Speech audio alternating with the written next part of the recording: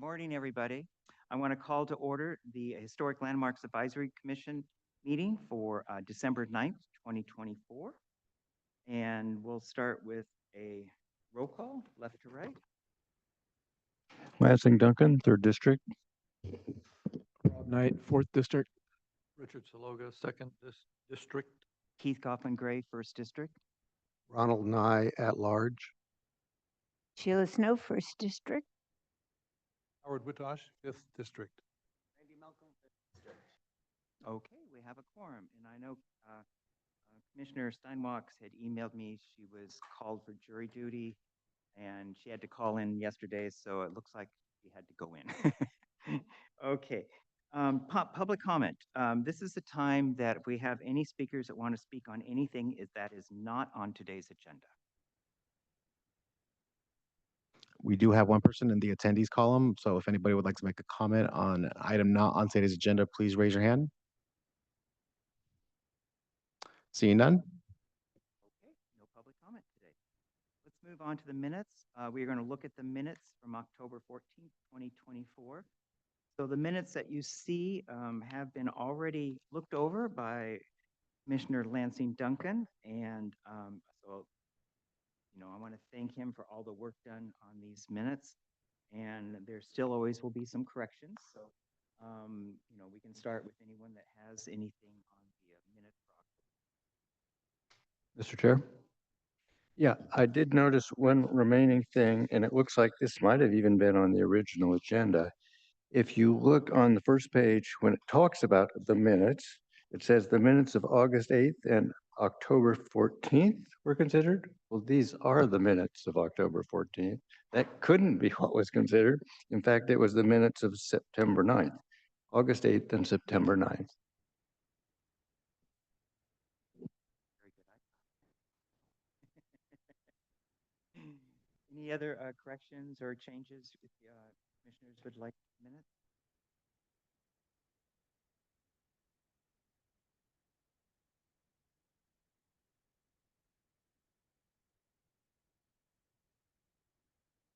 Okay, not hearing any comments. Do you want to have a motion to accept the minutes as amended?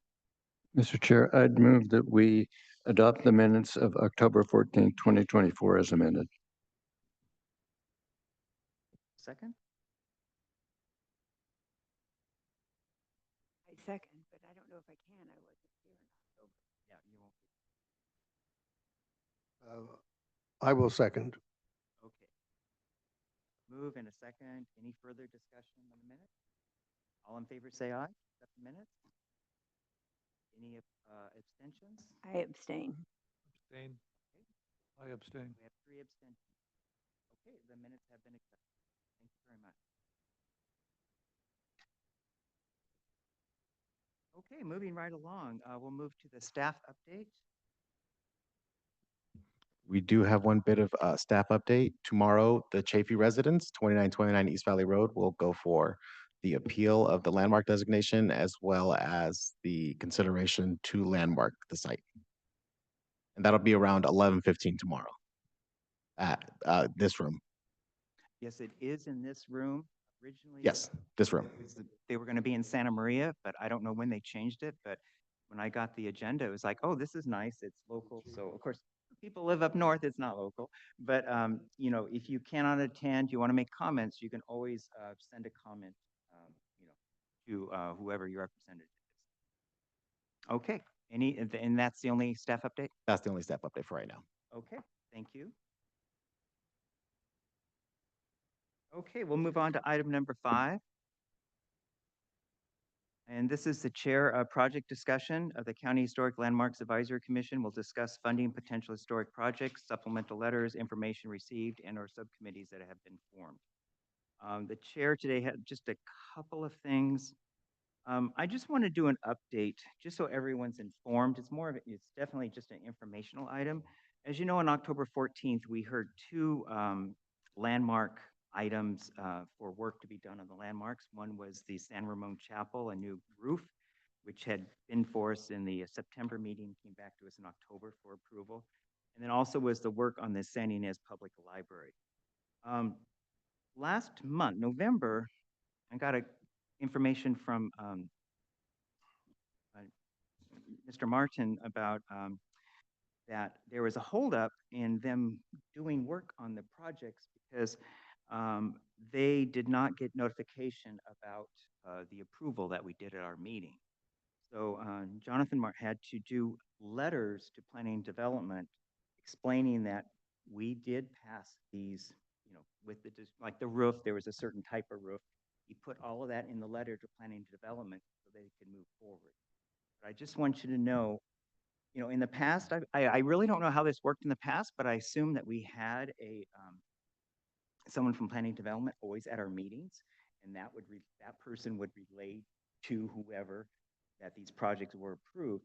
And so I guess no one at the time did not do that, and maybe I as chair should have done that. I really don't know the procedure on this, but this is just a educational thing that I guess if we approve something, we've got to make sure planning and development knows about it. I would think that they could have heard the hearing or looked at our minutes, even though they weren't finalized.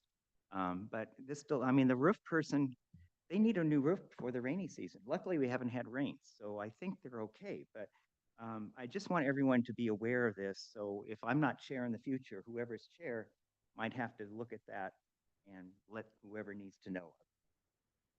So I wanted to let you, but Jonathan was great. He did 2 letters really quickly. I signed them and they went off. So I assume the projects are on their way, you know, with having the letters sent. Mr. Chair, I can shed a little bit of light on that. Typically, permits are applied for beforehand for these improvements on landmarks. These landmarks came to us before applying for a permit to get comments so they can get a more accurate permit to apply for. So if that makes sense, why they didn't have a planner assigned to it this round. Okay. Well, anyway, I just was very surprised that it was delayed. Yes. Mr. Chair, the Planning and Development has assigned a planner to us. Right. Nicole. Well, that was it. Maybe I should have let Nicole know, you know, because she doesn't attend our meeting. No, It's assigned to it. she's plenty busy, I'm sure, Yeah. but that would have been the ideal person. But I just wanted to make everyone aware of this, so you know, there's not a problem. You know, the big problem is everyone says that it takes too long to do anything in the county, and we hate to do something that might delay someone's project. Let's see what else. The only other thing I have today is to let people know about the Cold Springs Canyon Bridge nomination. It still is tentatively set for the January 7th Board of Supervisors meeting. As you know, we landmarked as a historic landmark, and that will be within the 90-day period. That is what I was told. This was quite a few weeks ago, so things can change, but as of now, I think it is still January 7th. And that concludes the chair report. Okay, let's move on to HLAC budget. Now, the budget we have in front of us has not been updated since the last one. Could you not get the newest one? Because this one is through the end of September, I believe.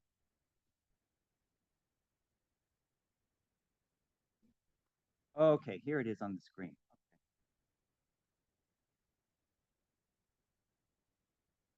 Okay, so on the screen in front of you is one through the end of November. So you can see we're at 52% total expenditure. As always, our planning and staff support is now over budget. Line item.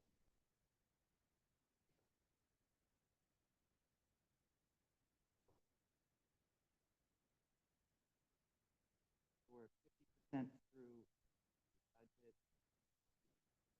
And though it's planning about half. Any discussion?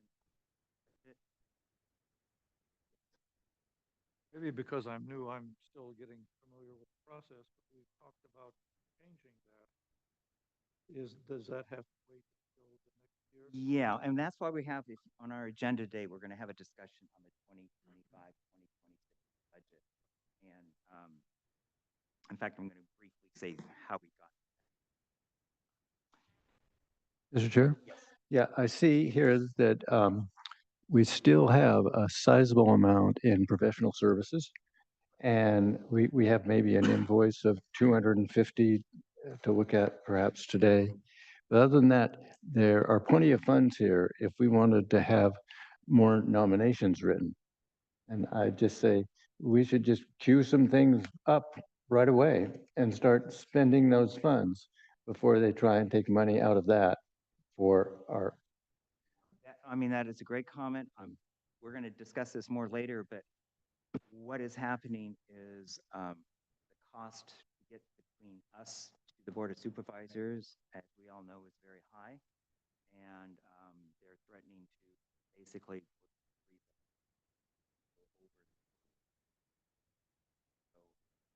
this is something we can discuss later.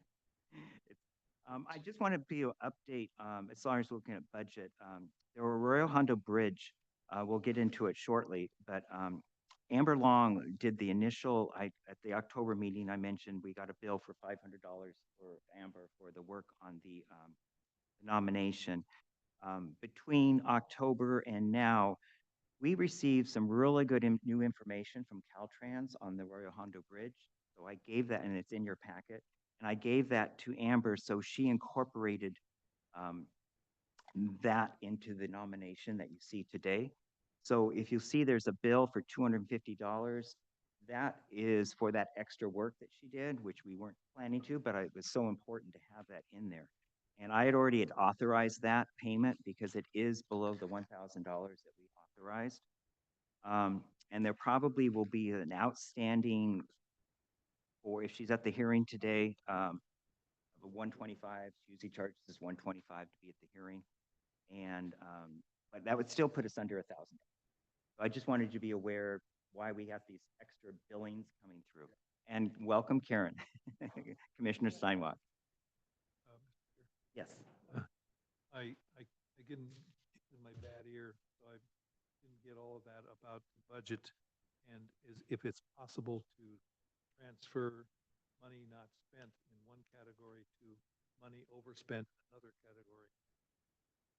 What has been happening is they look at the total budget. So if we go over in one line item, they take the money out of the other line item. In other words, they do not want us to be over our total of, what is it, 21,100. So we have to be within that total expenditure by the end of the year. So it says, oh, I see remaining balance. Okay, good. I mean, this is, before we always thought that we could still spend the money in one item if it was over in the other, and the brakes were put on that. Right. And we'll get that later on in our discussion later on. Mr. Chair, Yes. question about the landmark, Royal Hondo Bridge landmark nomination, or Yes. that's going to be talked about. Yes, it's agenda item number 8. I'll hold on. Okay. And just a quick thing, I see Mr. Rosouros here today, and I want to thank him for coming. I've been back and forth with them. As you know, HLAC asked me to contact Planning Development to try to get more information on why, what were the costs in 2012, which, as we know, was the same amount it is right now in our budget, 2024, and the difference in costs charged to us by hourly rates by different levels, and versus then 2012 versus now. We never really got that answer, but we did get an answer about how we can get funds from the county. And I'm so glad Rosura is here today so that we can ask questions when we get to that agenda item. But that's why it's on the agenda item today, because there is that section, chapter 18. It's in our agenda item, and he brought that to our attention, and that's what we're discussing. So that's all I have on the budget. Any other questions on the budget? Okay, the budget's an informational item, so we do not.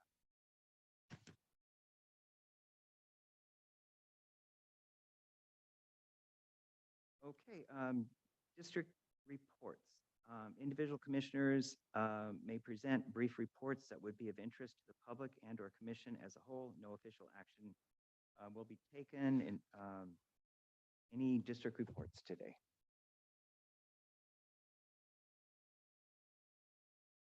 Mr. Chair.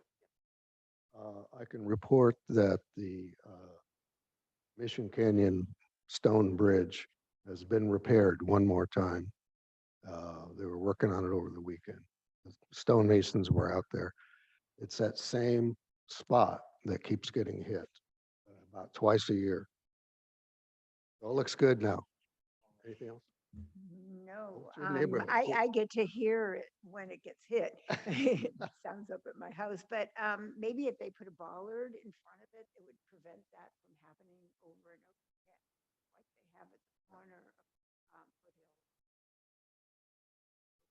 It's been hit many, so that's what I was thinking, but. 'Cause that's the city. City. Yes, City. city, so that's.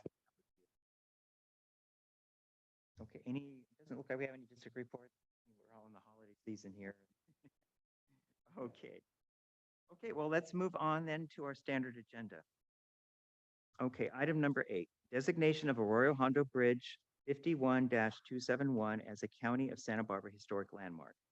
The County Historic Landmarks Advisory Commission, HLAC, will consider adoption of a resolution designating the existing Arroyo Hondo Bridge as a County of Santa Barbara Historic Landmark. The bridge is located at County Route Post Mile SB 101, Post Mile 40.98, Second Supervisorial District. HLAC will also consider determining that the action is exempt from the California Environmental Quality Act, CEQA, pursuant to Section 15308 of the CEQA guidelines, because it is an action taken by a regulatory agency as authorized by state of local ordinance to assure the maintenance, restoration, enhancement, or protection of the environment when the regulatory process involves procedures for protection of the environment. So I thought today I would start out with just a quick background of how we got to where we are today.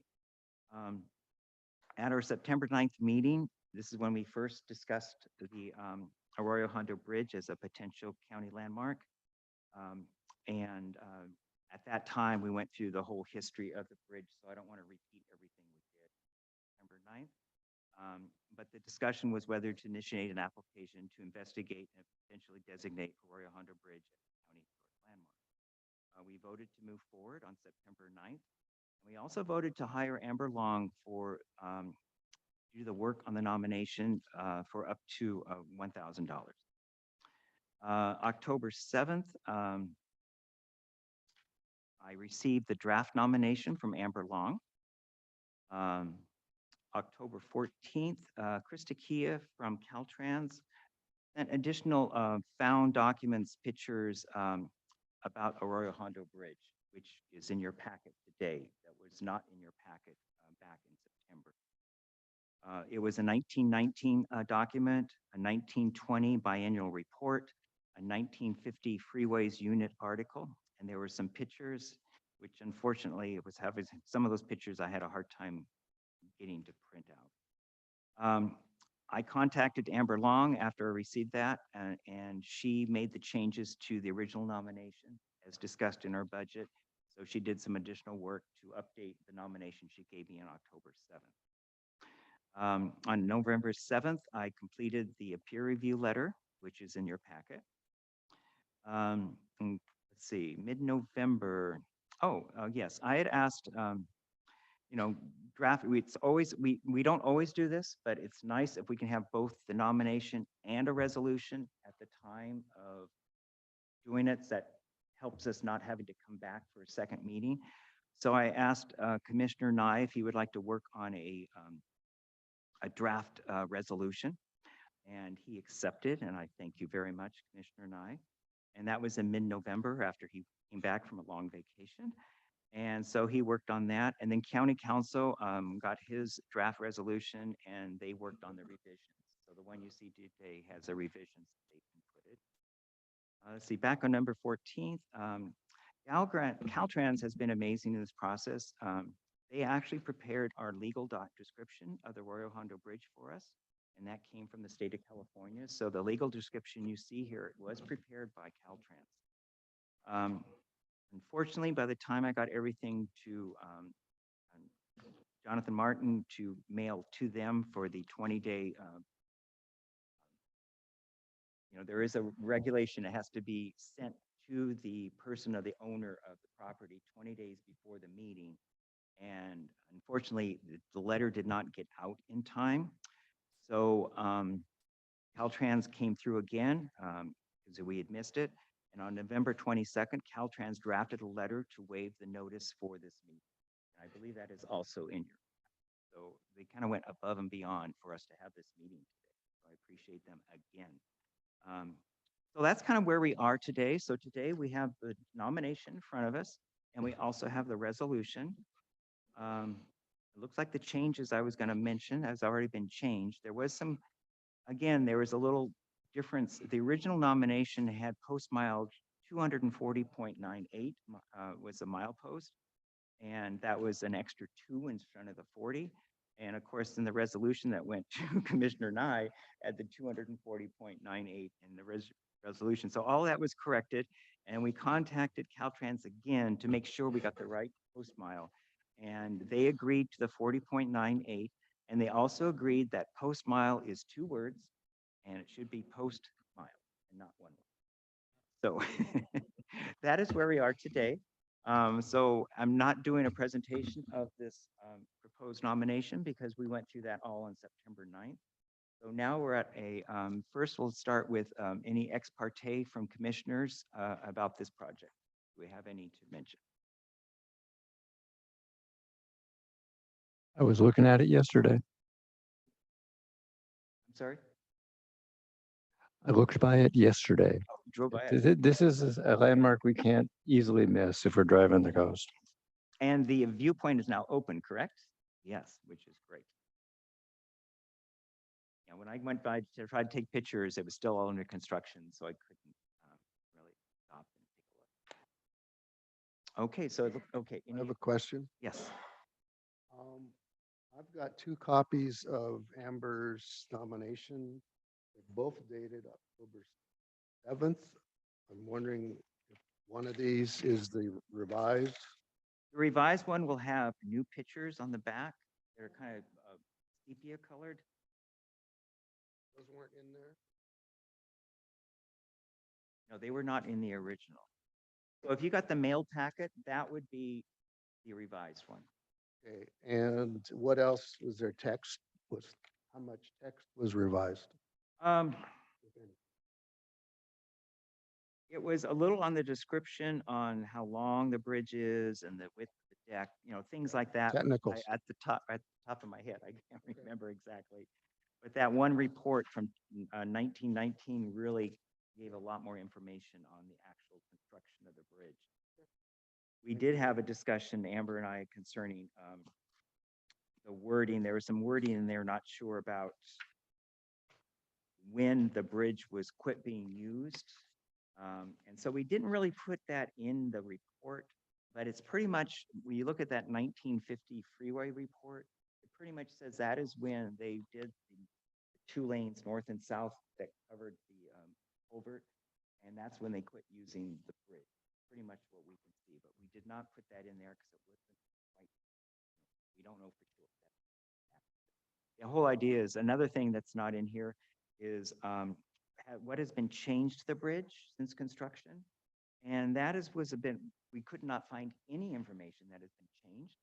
And I'm just thinking that, just off the top of my head, that since it was 1950 that it was stopped being used, nothing's been done to it since 1950. And they might not have done anything between when it was built in 1918 and 1950. But again, we could not find any documentation. But it looks like the bridge is exactly as. Mr. Chair, Yes. we do have Amber Long with her hand raised in the chat. Oh, okay. Go ahead, Amber Long. Good morning, everyone. In addition to what Chairman is saying, there is another website floating around, like a county tourism website, that confuses Arroyo Hondo Bridge with the other bridge south of it that is a southbound only bridge now. And that was the cause of some of our revisions as well. just trying to determine what was the accurate information. And thankfully, Chairman Kaufman Gray remembered what happened with those freeway lanes and those bridges. So we were able to remove some inaccurate information that was published on a visitor's website. Thank you very much.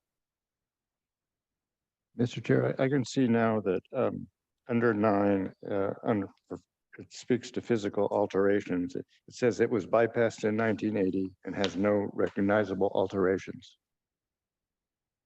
Right, that's kind of what we decided. If there's questions, if we're in questions now, Mr. Chair? Let's see here, we have. Yeah, we're in questions, so let's go to questions.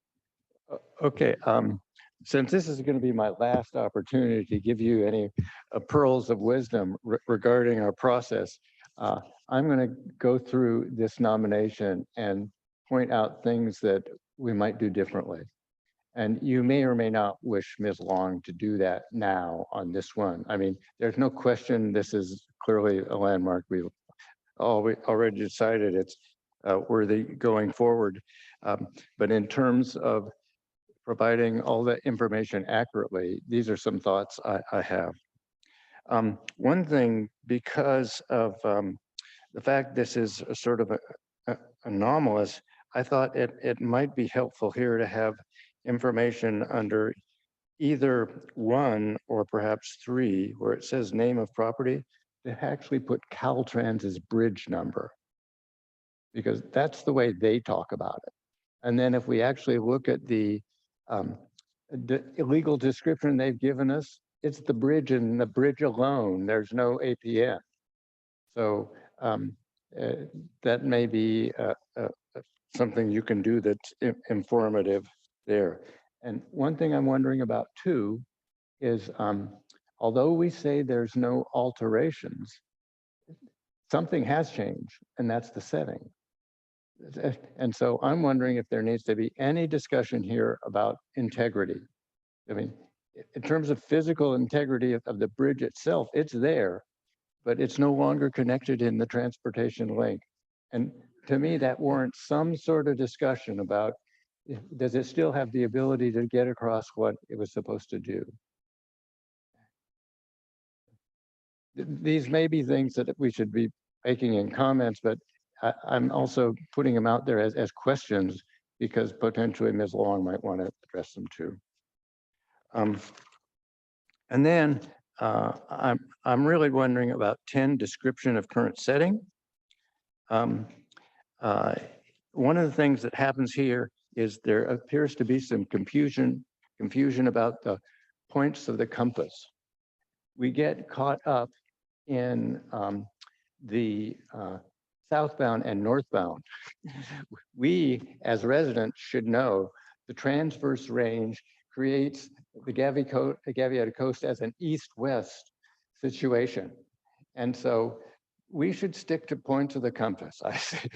If we want to refer to what's northbound or southbound or northbound lanes or something like that in the highway, we should actually use that language. So I actually attempted to rewrite number 10, and actually Jonathan has got up here on your screen what I attempted to do. What I was warned of when I became so disoriented was New Orleans. If you've ever been to New Orleans, the street grid is out of the world. It is so contorted. And because of that, there, people don't talk about north, south, east, west. They talk about lakeside or riverside. And so in this case, I tried to orient you according to the mountains or the ocean, because that's what's happening there. So what I've got here is the bypass, making that point right away, because that's one obvious things in terms of its setting. The bypass Orion Hondo Bridge is on the Gaviota Coast, which trends east-west. We should put a common in there after east-west between the San Ynez Mountains and the Pacific Ocean, so that it's understood that it's the bridge that's between the mountains and the ocean. It spans Arroyo Hondo, and the east and west approaches only extend a few feet beyond the bridge and are close to traffic. So that's pointing out that you're not in the circulation system. It's changed. So that part of the setting has changed. The bridge, comma, and the railway trestle bridge that parallels it on the ocean side are highly visible for drivers on US 101. They're actually visible for drivers on both sides if you're looking, but you shouldn't be because it's a little dangerous to be doing so. The realigned modern day US 101 also parallels the bypass bridge, but it is set closer to the mountains. It relies upon a large engineered embankment to cross the arroyo, but a US 101 Vista Point accessible for southbound traffic, that's where we use the south and north orientation instead, allows visitors to stop and view the bridge close up. So that's what I would suggest as a more accurate setting description. Then, Just plug that in. yeah, that's what I'm thinking. And see, I got to say, I'm a lot more verbose, so it may be a situation where you need a continuation sheet there. Well, Ms. Long managed to fit hers in the other. And the same thing is sort of happening when we get to photographs. If you look at section 16 photographs, view of Arroyo Hondo Bridge from the south facing north. The historic photos are from the 1919 report. In fact, this is the view of the Arroyo Hondo Bridge. And what it is the view of the Arroyo Hondo Bridge, and it's a view of the east end of the south side facing west. Right? Right? Yeah. So I think if we could be accurate there as to the point of the compass.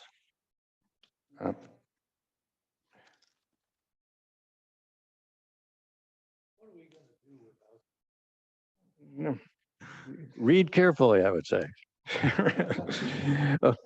Okay, Mr. Chair, I'll leave it at that for now. I know. So my questions are, might be better and more accurate? Sorry, Keith. Just want to make sure your microphone's on. If we want to insert what he just mentioned, we can do that during comments and make an amendment to the nomination. So, like we're in questions, so if you have any more questions on the nomination, that would be the time now. I mean, I know there was a lot of material.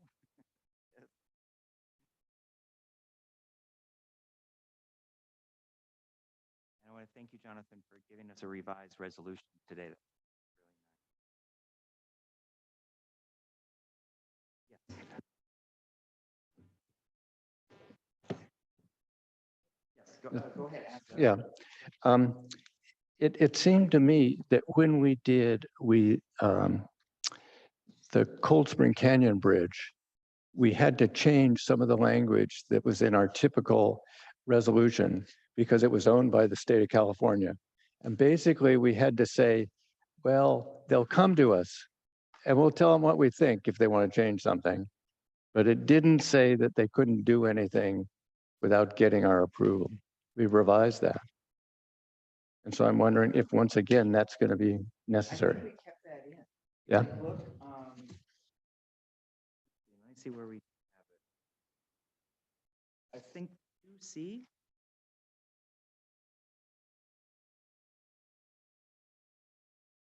That is, I think it's the same wording that we had in the bridge. So it's first been reviewed by the commission for comments and the application has considered the comments. So it's not like a straight up or down approval situation. Okay. We've got it. At the Cold Springs, we had added also the railing or whatever that they could take down. Yeah. That was in that same wording. If I may, Chair, I wanted to mention too that Caltrans said post mile would be lowercase and 2 words. So we should change that in the first whereas clause. And then in the title we could keep it all caps, but have it be 2 words. Oh, it didn't get changed. Okay. yeah, and like I said earlier, should be 2 words, all lowercase. And then they took the word approximately out of the legal description. I think it's up to you if you want to take it out of the title and the first whereas clause. I think. Is it supposed to be, I thought it was supposed to be 40.9 that they agreed to, not the 44. I actually have it updated on the screen right now, so we have a, Right. I must have just grabbed the wrong one. It's 40.98 is what they said. Since that is a specific number, it shouldn't be approximately, it should be just, I mean, I would think just post mile 40. Disagree. So the 240 is wrong. 240 was way wrong. It was, I think that was just an extra 2 that got stuck in front of the 40. So the correct number that has been agreed upon by Caltrans and everybody is the 40. As it was also, it had to be changed in the legal description. Yeah, the legal description originally was 41.05, and they agreed to change it to 40.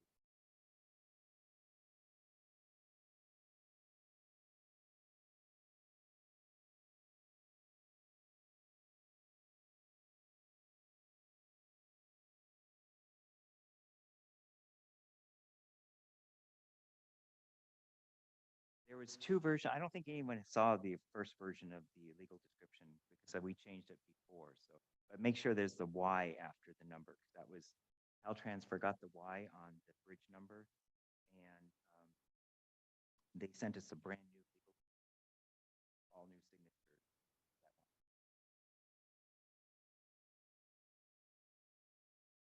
Does that come under name of property or what? It's a separate page. It's attached to the resolution. If you see on the resolution, it says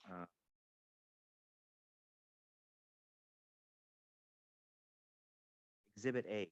It's under Exhibit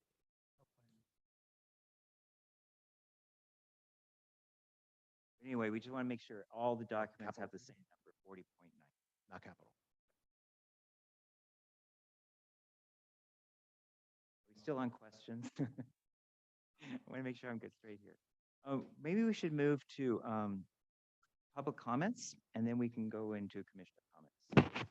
Jonathan, we have any public comments on the nomination of Arroyo Hondo Bridge as the County of Santa Barbara Historic Landmark? If anybody would like to make a public comment on this item, please raise your hand in the chat.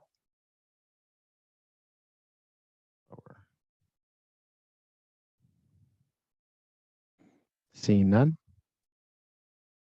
Well, but Amber's part of the applicant team.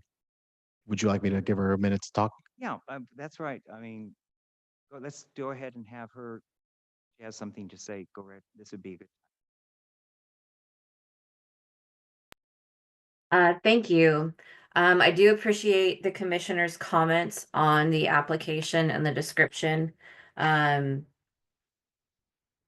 Sometimes they're very challenging, so I appreciate that feedback.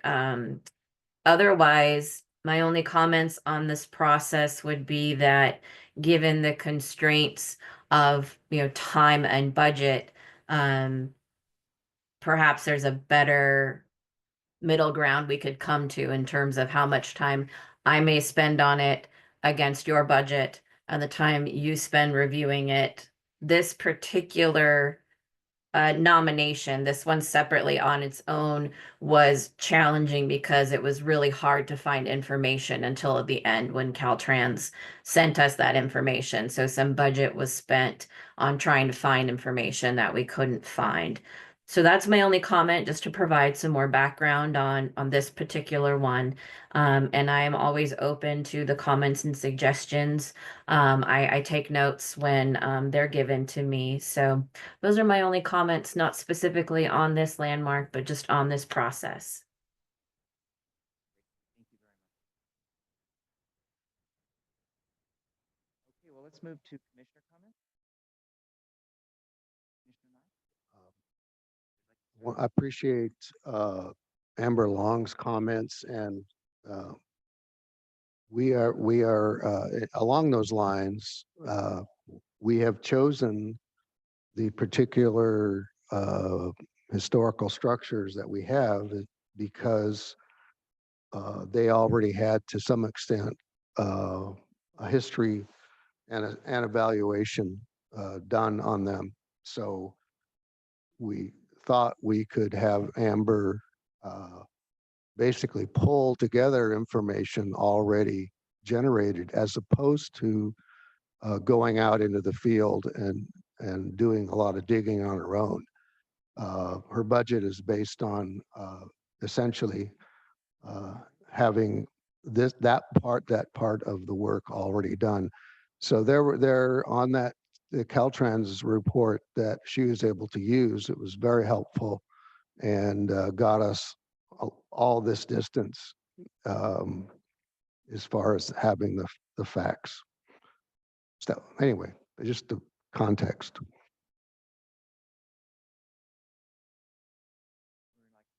Final commissioner comments? Commissioner Whittock. I have first of all, I want to say that I really appreciate the document with all its photographic illustrations and especially the engineering drawings. Those are music to my ears. But I do want to mention that I think in the continuation sheets, there was an opportunity under item number 11. Where are we here? Item number 11 was about provide a brief history of the nominated property. And I do appreciate that the history that is mentioned in the continuation sheets is about nuts and bolts and concrete and reinforcing bar and where it came from and all that. But I do think there is if there had been time, opportunity to talk about the history of the highway development along the Pacific coast. And I believe it was not called the Coast Highway, it was the Pacific Coast Highway. And that was actually created in 1905. And a lot of improvements along the West Coast, particularly in Santa Barbara, the bridge across the I can't think of it right now, the East Beach. What was that? What's the body of water there? Bird Refuge, the crossing. That was developed in the early teens and along with the development of the highway and the increase in automobile traffic, which greatly shaped the West Coast and California. So I would be nice to see a paragraph in item 11, which addressed the transformation of the West Coast because of the highway system. And this bridge is one of those elements. That's just Mr. Chair.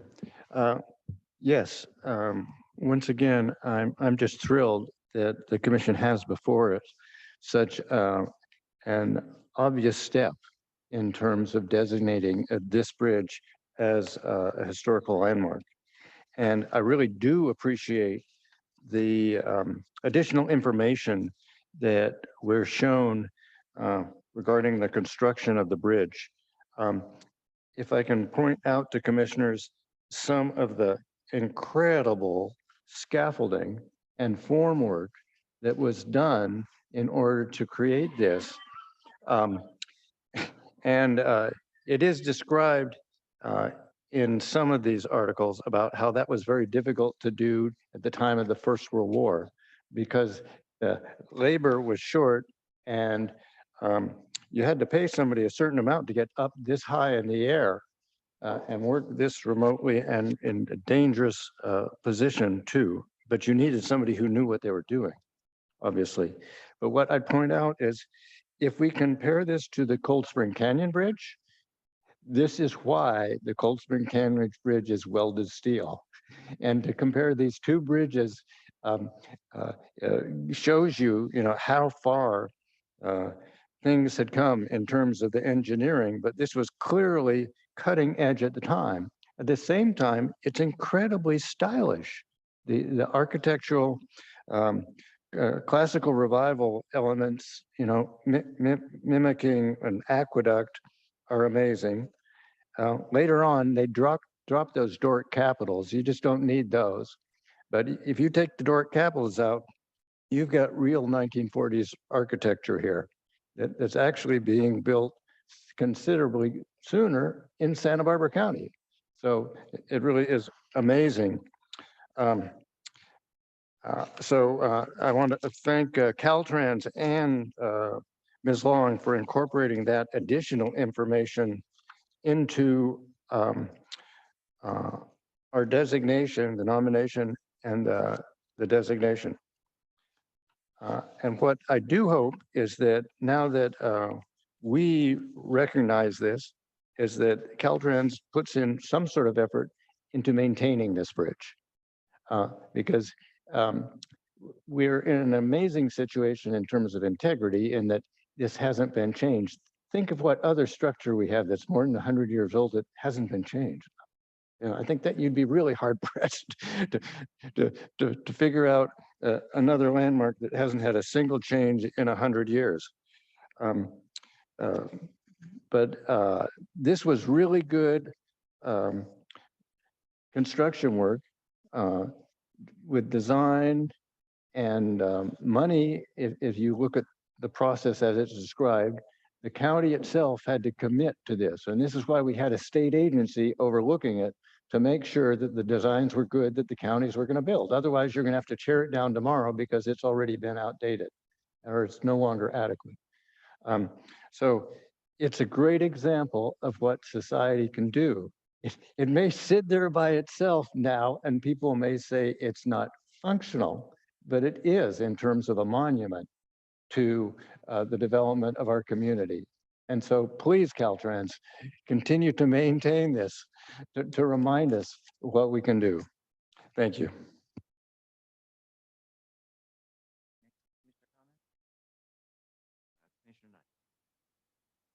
Just to put a final lid on this discussion regarding Mr.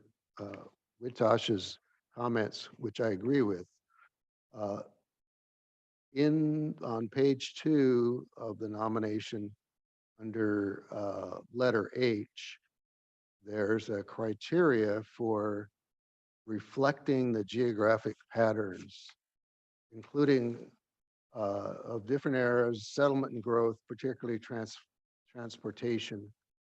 And it's concluded that the bridge was a very important factor in the commerce, transportation, and development of our region. So it raises that important significance, even though it lacked any additional historical information that we would enjoy seeing sometime. Anyway, thanks. Okay,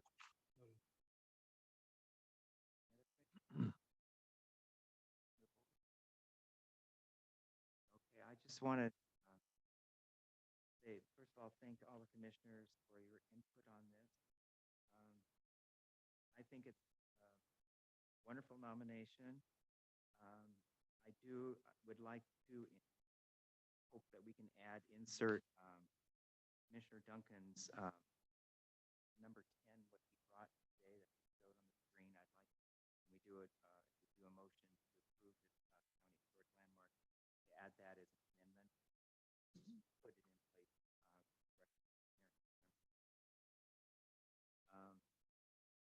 And then I also liked his idea for just changing that one by the picture here. From the east and south side, changed facing north to facing west. My concern is doing too much changes. It's just going to cost us more because Amber Long is the one in charge of changes to this. I don't think we can do it.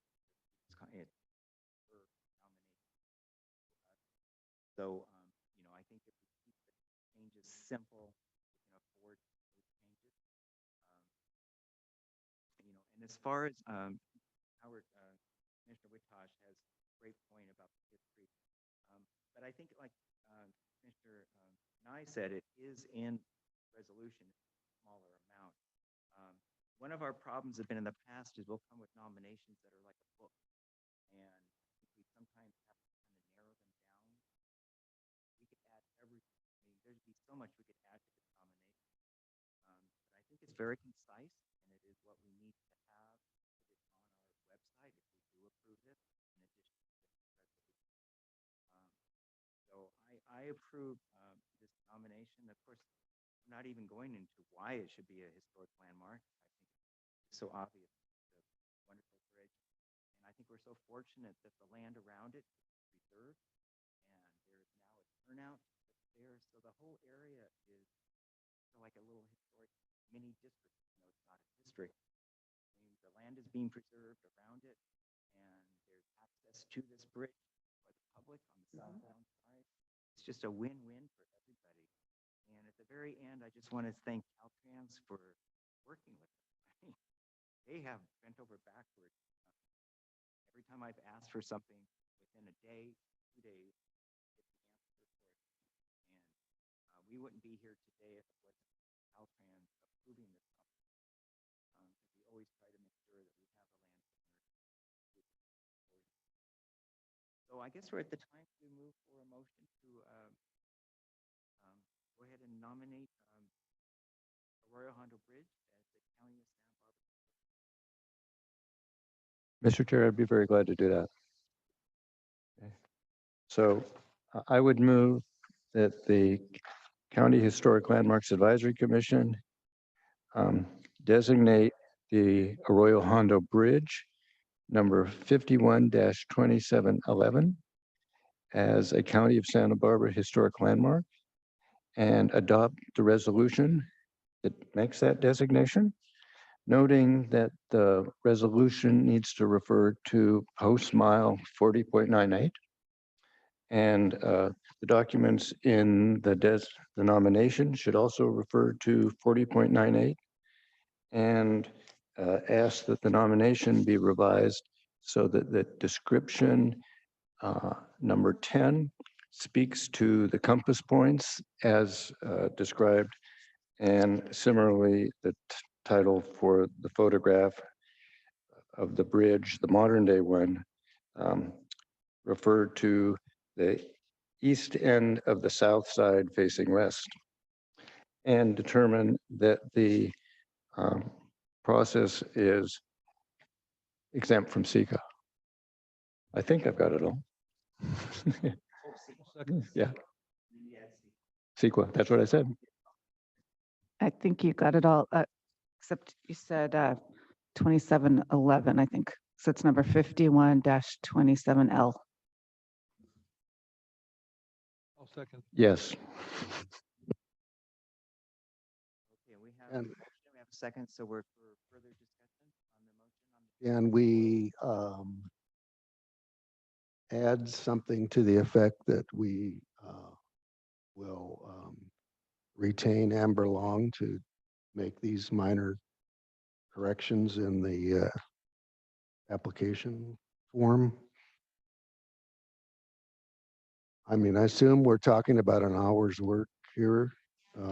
Mr. Chair, if I could just, that is a separate motion. I thought you mentioned Yep. Yep. the application. And I'll leave it to the commission whether you want her to do it or we can do it in-house, whichever works. Okay, but do we need to add it to yours, I guess? It wouldn't actually have to be, Oh, okay. yeah.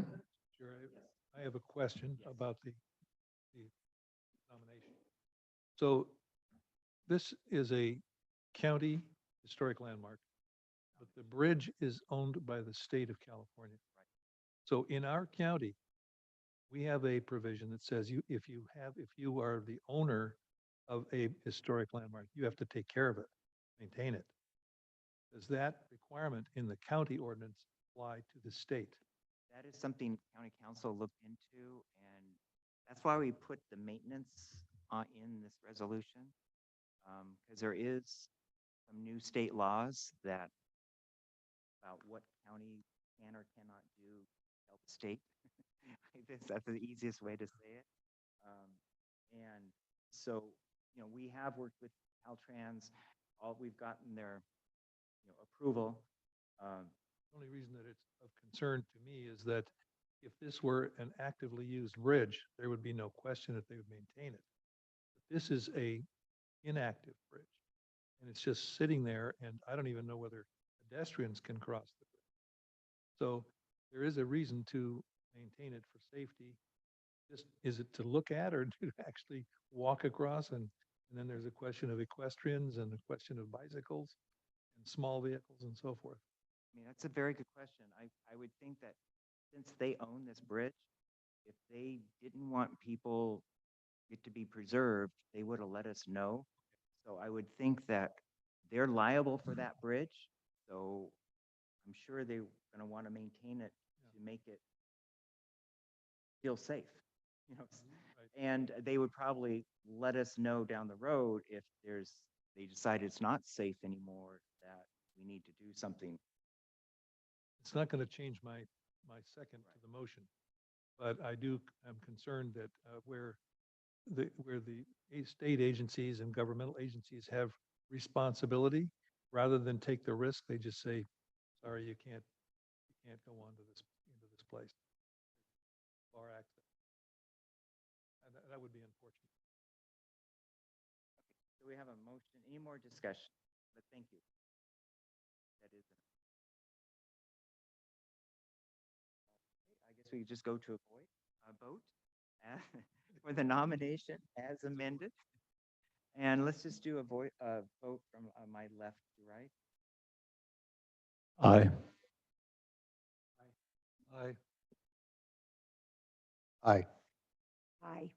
Aye. Aye. And chair says aye. So it's unanimous. Just to let you know, we have been asked by planning development to always work in advance when we're working on a nomination to let them know. So they're already in the process of trying to get this scheduled to the Board of Supervisors within the 90 days. And they're looking at the month of February. So this is something it's taking more than 90 days to get something on the Board of Supervisors. So in the future, if we ever have a nomination, before we approve it, we need to start working. Otherwise, we have to, which costs more time. Okay, let's move on to Mr. Chair, I believe Commissioner Nye has something. Commissioner Knight. We still need to ask if we want, or discuss and decide if we want Amber Long to make these revisions in her application. Just to let people know, as I said during the budget, today's, if it's only an hour, we'll be charged $125, which makes our current amount, if we add that, $875. So that gives us another $125 to do this work, to be under the 1,000 form. So I guess Amber's here. Amber, are you going to need more than an hour to do these changes to the nomination? No, I will not. I'll likely only need half an hour because I've been changing them as you've been mentioning them. Okay, well, thank you very much. So I guess we don't need to because it will be within the original $1,000 that we approved. Thank you. Okay? Thank you so much. Okay, let's move on. Okay, agenda item number 9. On consideration of listing the 6 Front Country Santa Barbara County trails landmarked by Board of Supervisors Resolution number 77-526 on the HLAC website. County Historic Landmarks Advisory Commission will consider listing the 6 Front Country Santa Barbara County trails on the HLAC website. This will be a discussion and vote on the following trails: the Royal Burro Trail, the Rattlesnake Trail, the Hot Spring Trail, the Romero Canyon Trail, the Rincon Trail, and the Fremont Trail. They were declared to be Santa Barbara County landmarks on November 7th, 1977 by Board of Supervisors Resolution number 77-526. The discussion would be to list each trails separately without landmark numbers to the HLAC landmark page with a link to the resolution. These trails were originally assigned landmarks number 14 to 19. Those numbers are now assigned to other landmarks. There could be an explanation for why they are listed without. So I want to give you a little background about this. It's been a very confusing item, and I just want to give you a little background of why we are here today. At an August 12th hearing of HLAC, we had a discussion of the 6 landmark trails. But back on July 2nd, HLAC received email from Dave Everett about 6 front county trails landmarked by the Board of Supervisors on November 7th, 1977. So we received the email July 2nd. We agendized the item on August 12th and had a discussion about these landmarks because no one knew that these landmarks existed. Not at the end of October, I've been trying to get after that, I tried to get a follow-up, and the points of August 12th, I want to go over some of the points that were discussed at their meeting on August 12th. Is resolution number 77-526 was approved by the Board of Supervisors on November 7th, 1977, designating 6 trails as historic landmarks, numbered 14 through 19. There is no corresponding historic reports that support the designation were found.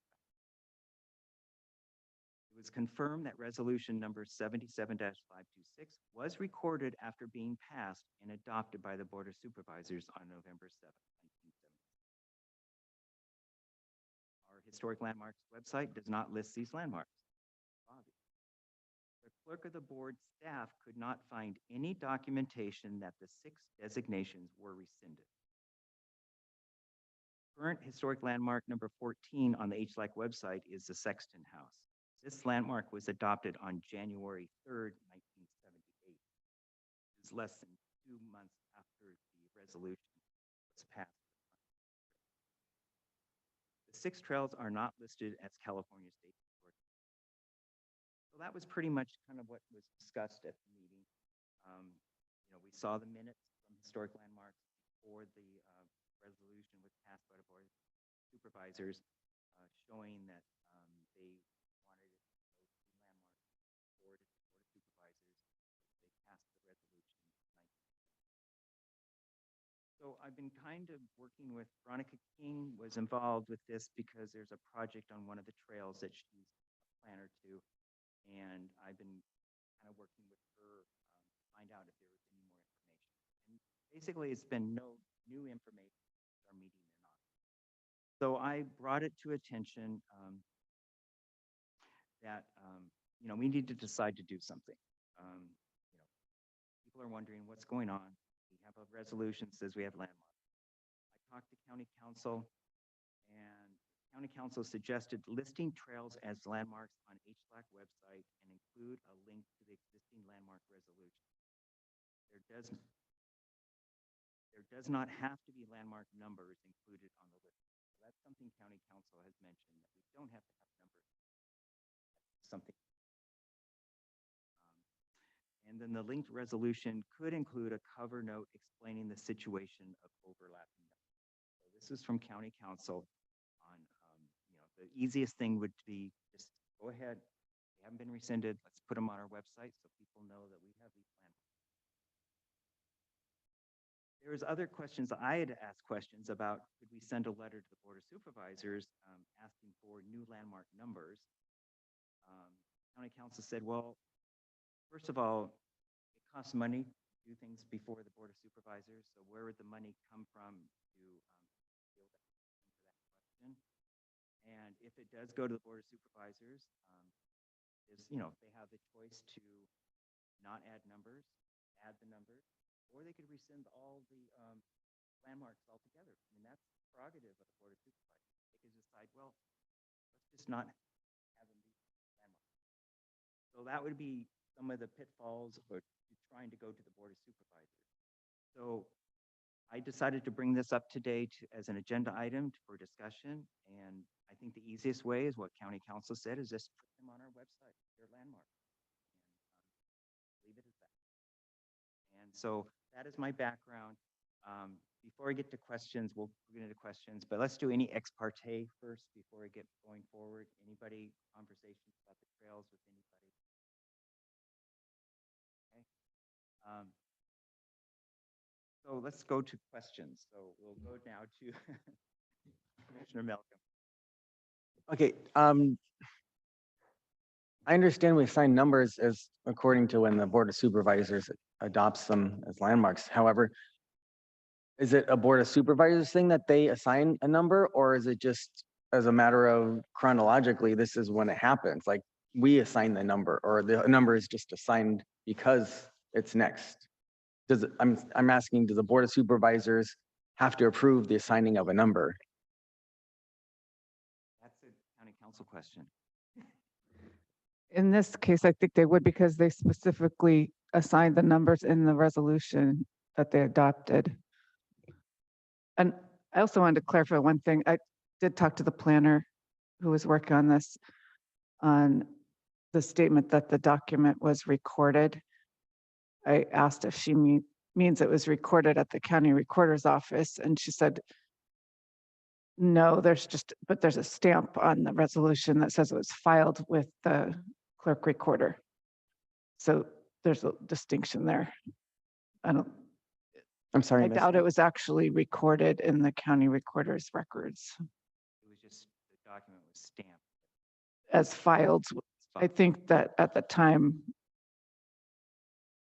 that may have been the process, but I'm just doubting that it's actually in the county recorder's grantor grantee index. So officially, we have two landmarks assigned 14 through 19. Okay, so that's how it is, right? Well, that was the idea, that we could just put them on the website without a number Well, why would we want to do that then? to confuse people. I mean, it would. I know there will be confusion with, Well, if we have two number 14s, two number 15s, two Mhm. number 16s. or maybe, just a matter of non-confusion, put like an A or a 0.1 next to it or something. It's not in the official record as such, but I think just to keep it, because they are already designated 14 through 19, and then the Board of Supervisors redesignated 14 through 19 as well for other landmarks. Maybe we don't need to reassign or not have a number for them, excuse me.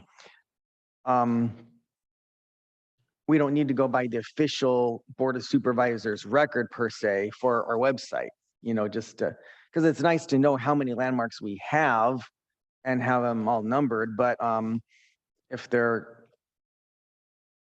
we have a little bit of overlap, then we can distinguish and maybe make an addendum to why the number, maybe do a 14A, 15A, or 14.1, 15. Whatever, addendum to explain that, like you mentioned, to explain, but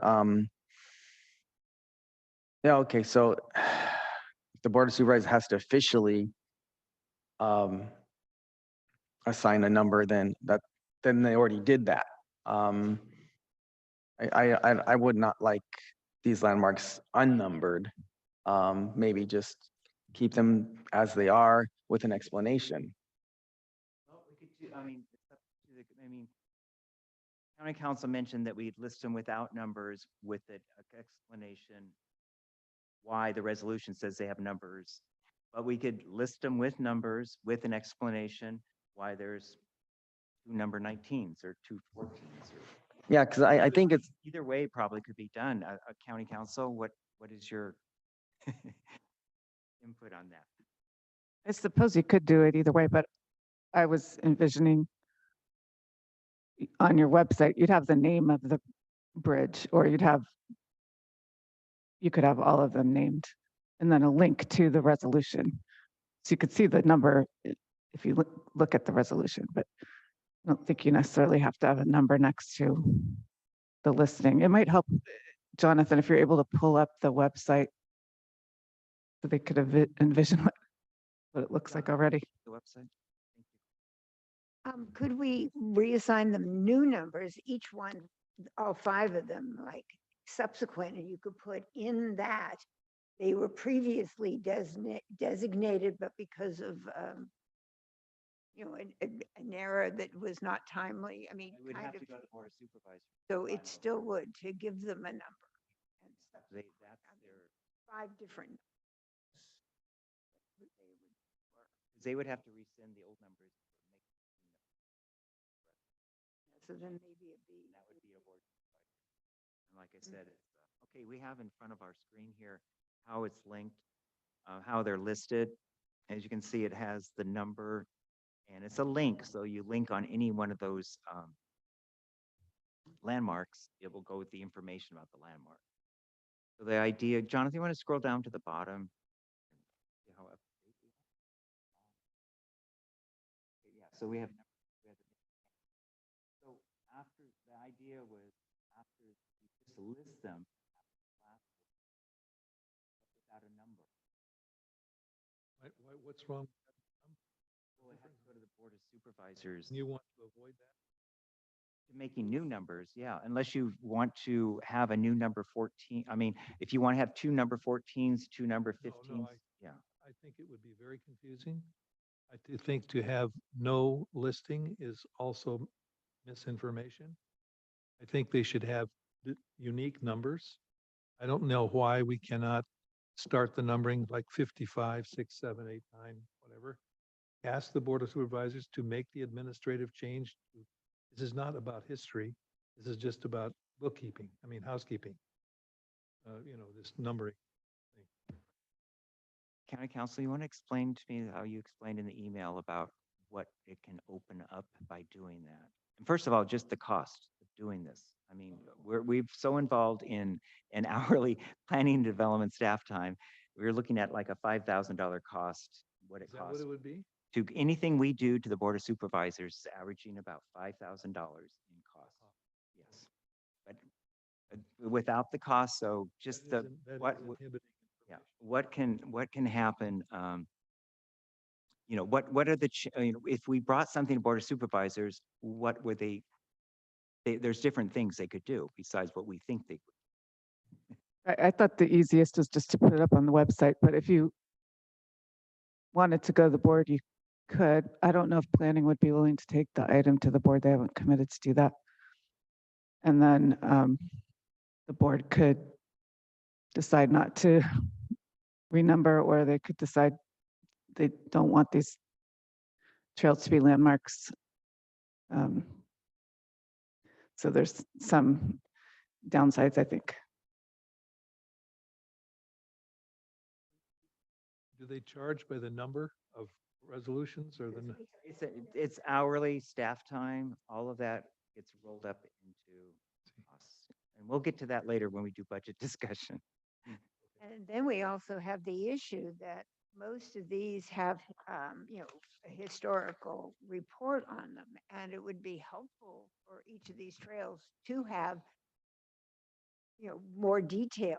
Because if they are a historic landmark, it's anything that happens to them and any change of any segment of them that should be able to be determined what was the original standing.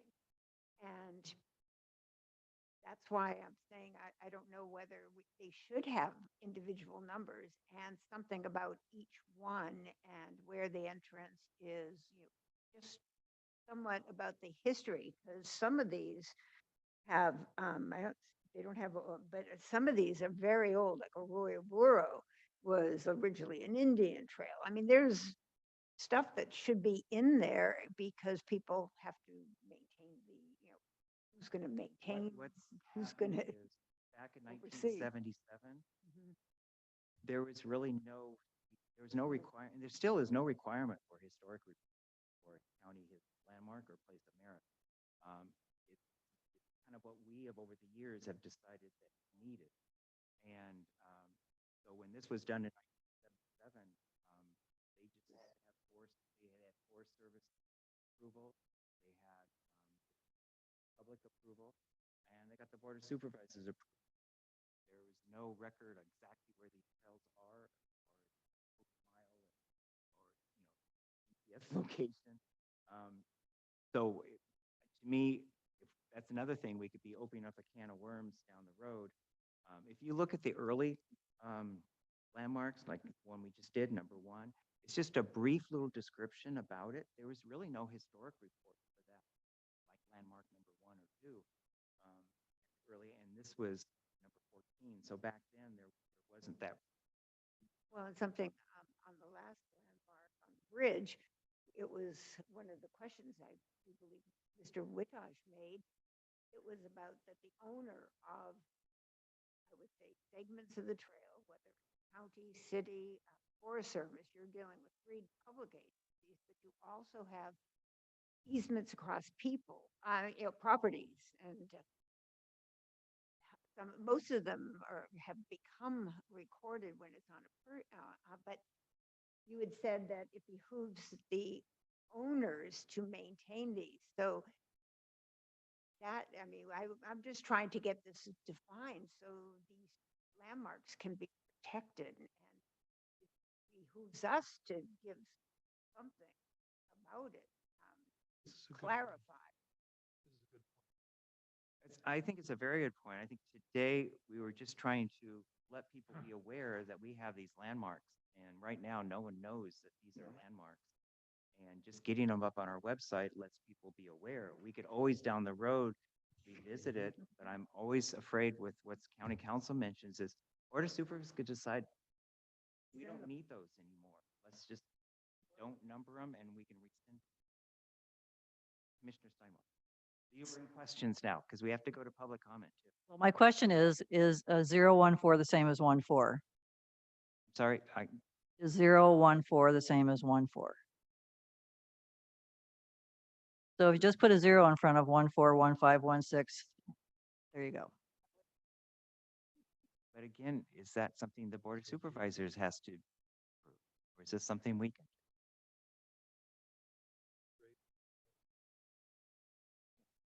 I'm just wondering if the Board of Supervisors might want to get it right. Yeah, finally.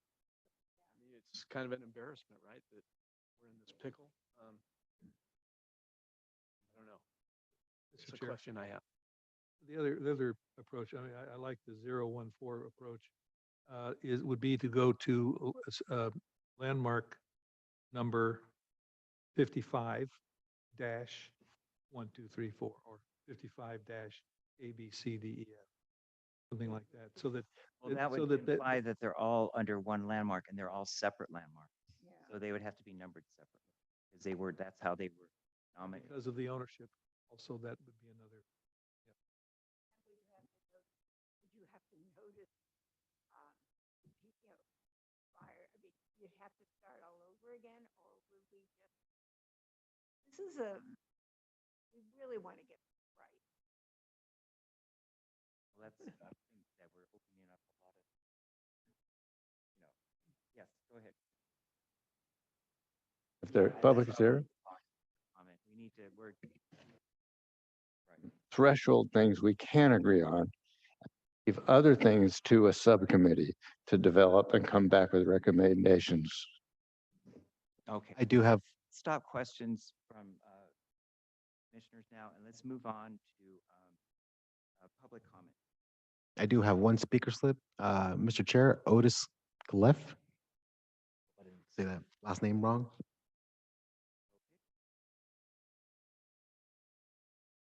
Please state your name. Good morning. My name is Otis Califf. I'm president of the Santa Barbara County Trails Council. I'm also really active with CRATAC, the County Riding and Hiking Trails Advisory Committee. And I've spoken with you recently a few months ago and about how thrilled we are to discover this, because trails are always just taken for granted. Oh, nobody even knows who they are, who they belong to, and who takes care of them.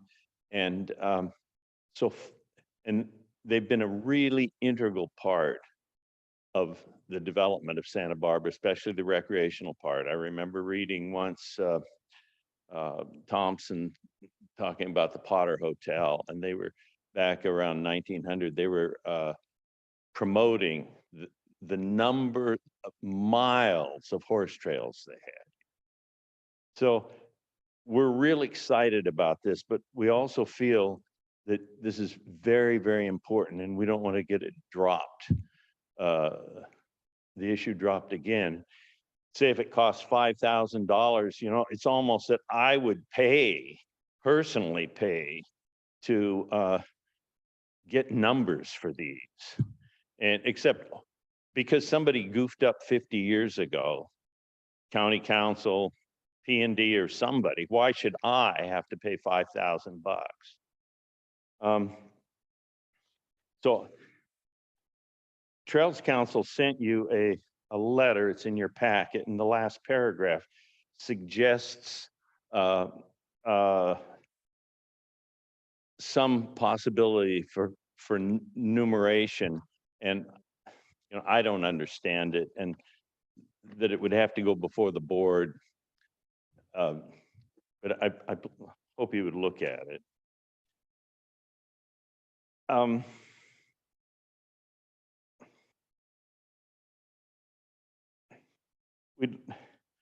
It's clear that they are landmarks. That's established. There's no question about that. Am I right? I think I understood that.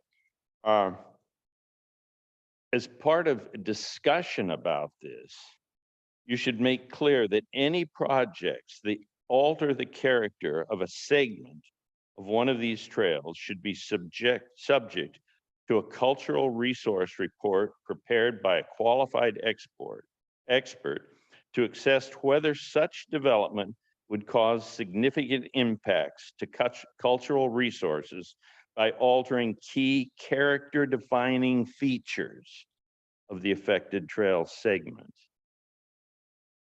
Impacts to these designated historic landmarks should receive the same level of review and protection that would be provided for an historic building. And I hope you just stand really firm on this, because I think there's going to be pushback from P&D and from developers. And they have been declared historic landmarks. They're really important to the community, and let's start taking them seriously. Thank you very much. Thank you. That's the last one. Okay, well, we can just move on to commissioner comments, unless you have questions. Comments, yeah, let's move on to comments. And there's a lot of things we could do here. So I'd like to hear. Go ahead. Thank you. Okay. I think it's kind of funny. We're just really overthinking this. It is quite simple, actually, to me. Now that I think about it more, it's just, it was just a oversight, overlooked years ago about this. And so we have double landmark numbers. So what? I think the easy solution is just put it on our list of landmarks. Maybe you can put like a dotted box around the original 14 through 19, which are these trails, with maybe like a 2-sentence explanation. Hey, there was oversight in 1977. We found these in 2024. And these are the originally numbered 14 through 19 landmarks. And the next 14 through 19 landmarks were 1978 and after. And it's just so simple. I think we should embrace this mistake of history as part of Santa Barbara County's history. And it's just a simple fix. We don't need to really fix it, air quotes, fix it. You know, we just embrace it as it is. It's 14 through 19s. With just a simple explanation on our website. I have a follow-up comment to that. I'm impressed by the uniqueness of each of these trails, not just the path of the trail, but the fact that these are literally historic easements that cross property lines. They may not be recorded. They are there.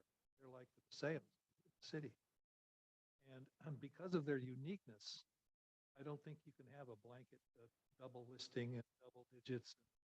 I think they need to have a name, a number that is there, that is assigned to this trail because this trail goes through the Los Padres National Forest.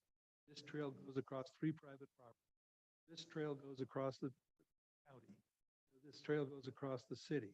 I don't know what it is, but each one has a unique set of circumstances and conditions that apply to the maintenance of the trail, the responsibility for the trail, and preservation. So I tend to fall to the side of this is an important thing to get right at some point. The naming, we can argue about the naming, but the concept, the principle of getting this little bureaucratic snafu corrected is very important for this committee. If we were not a historic landmarks commission, okay, but I think that's what we do. We try to get it fixed out.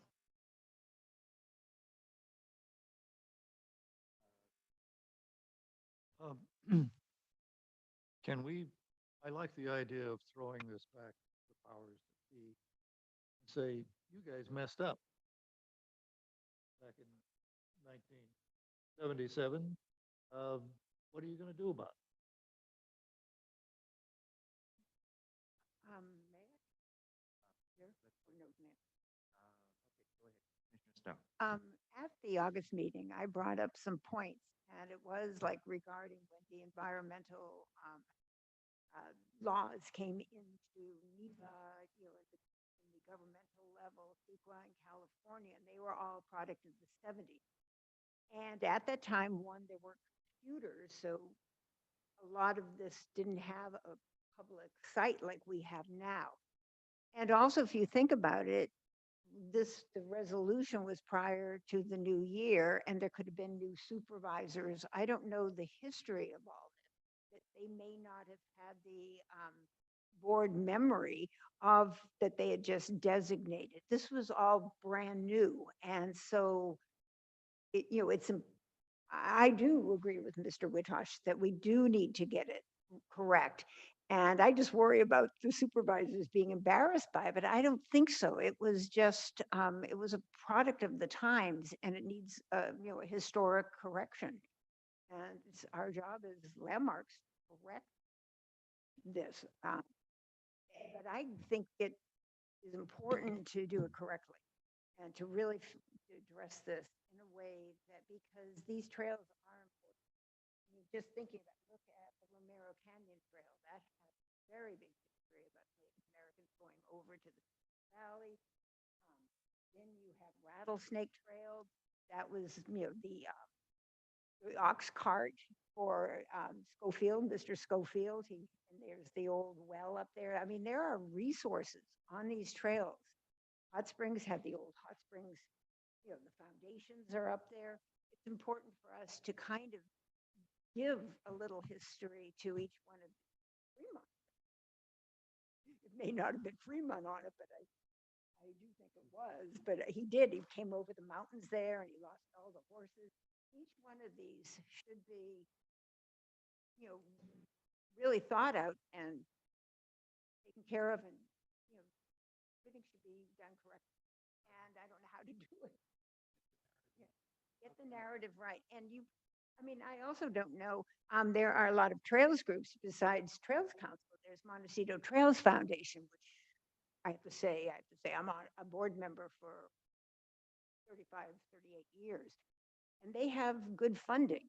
I mean, you could actually, but I don't know how that would need to pay for some of these things. There are resources in this community that I don't know how you can donate for something like that. That's going to be a question for county council too. But it's going to be a cause célèbre if this, when the public realizes this. There are hundreds of people every day in all these trails and on the weekends. You can't believe it. I was there once with the Forest Service and for like 2 hours, and like there were like 200 people going up Cold Springs Trail. So these are very beloved assets to our community. So this is kind of a big deal. Let's do Commissioner Steinwalk and then we'll do. Over here in the peanut gallery.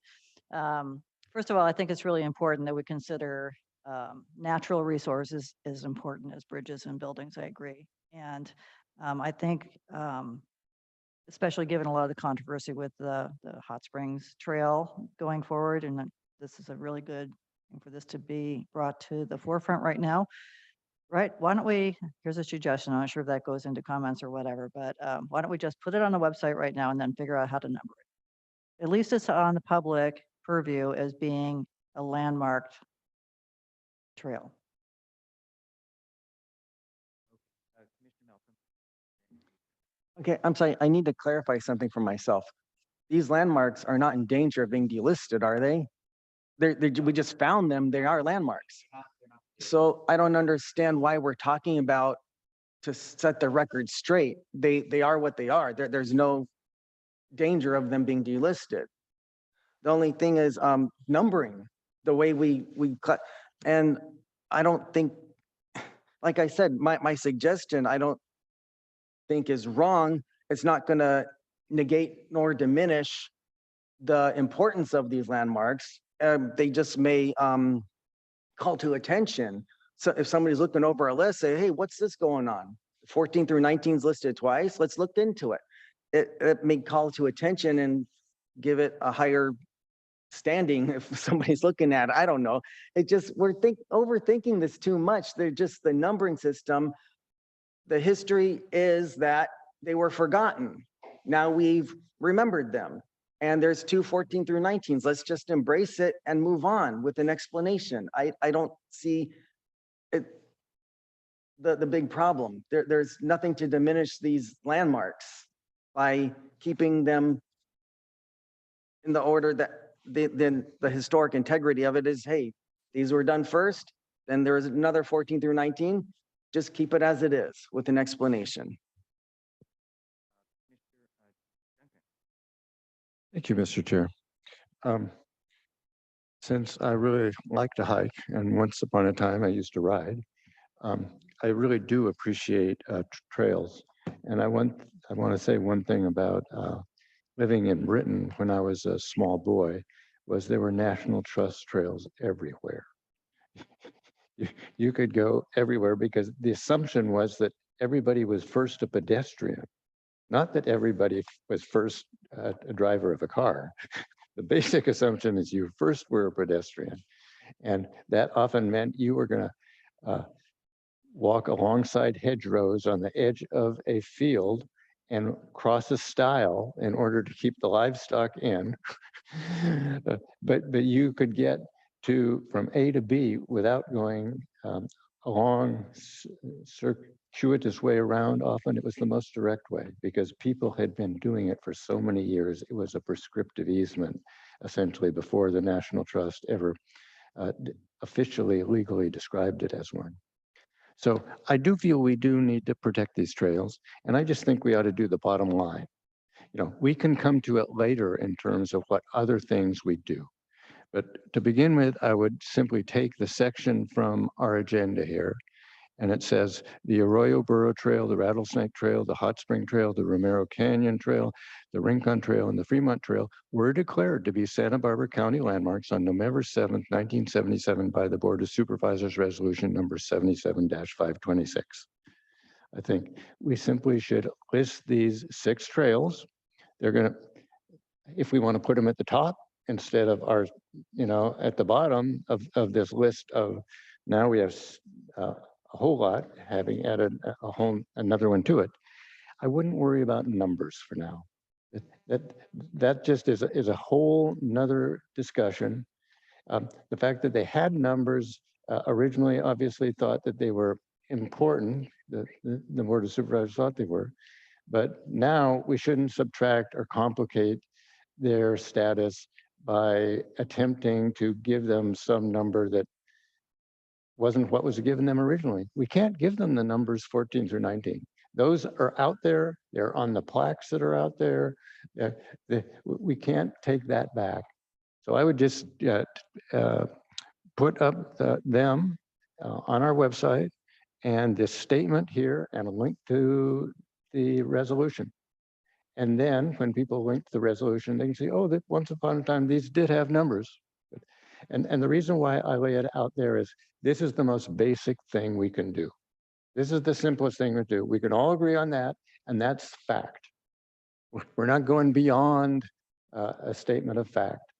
And because it's not going to be up to us who actually enforces this, as Commissioner Saloga points out, kick it upstairs to those who are going to have to decide on it.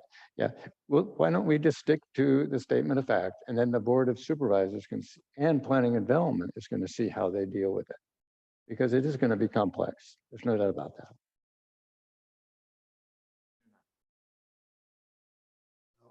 that. This is something that happens here in the commission periodically, where we're trying to find solutions, and there are obvious, ideal solutions or proper that would follow and how we normally do things, which is to have numbers on everything, to have historic assessment report on each item that we bring forward, site plans, documentation of the property, and so on and so forth. But we have a real issue with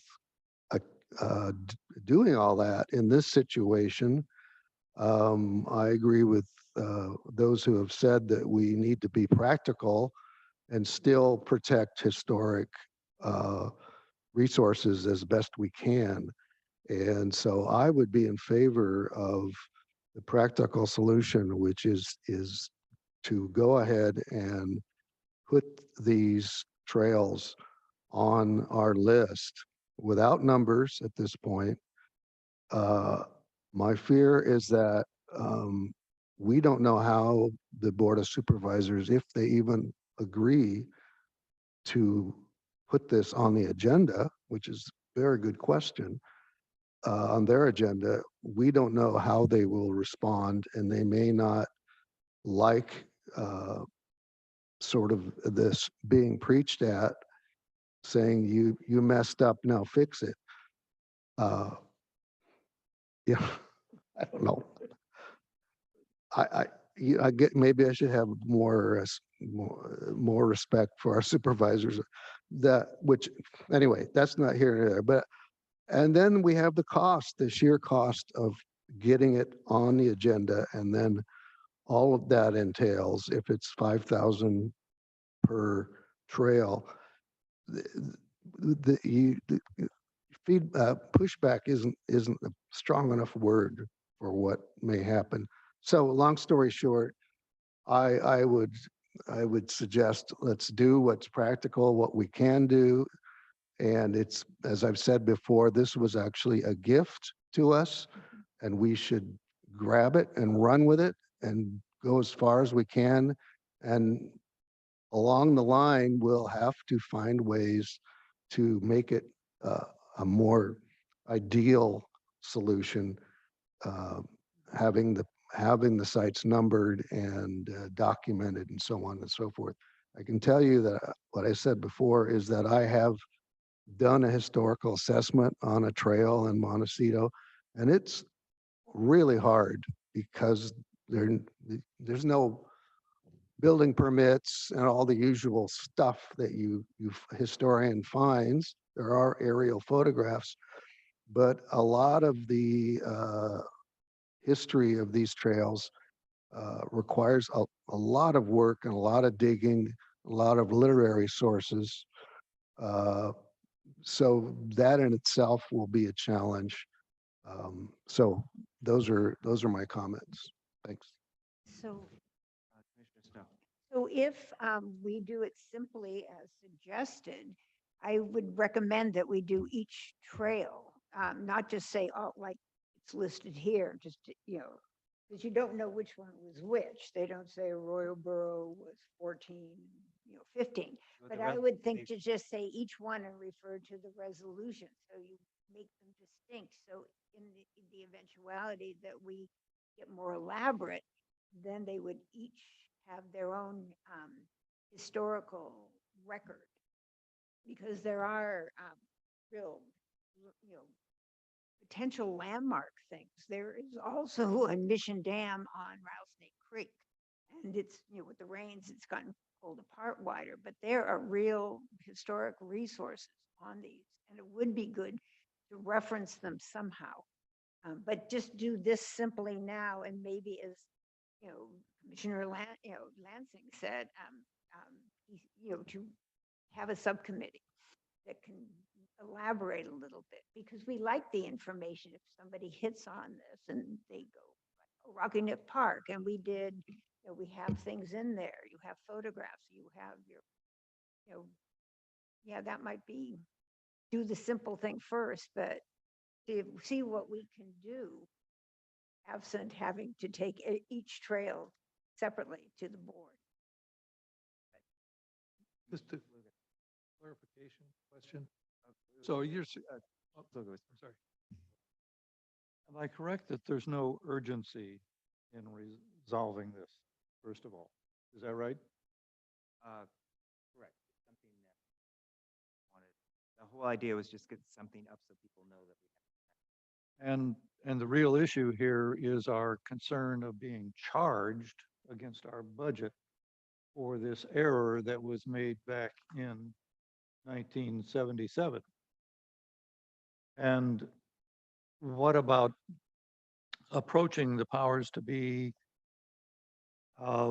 saying that this was created in 1977, and we hope you can resolve this at no cost to our budget?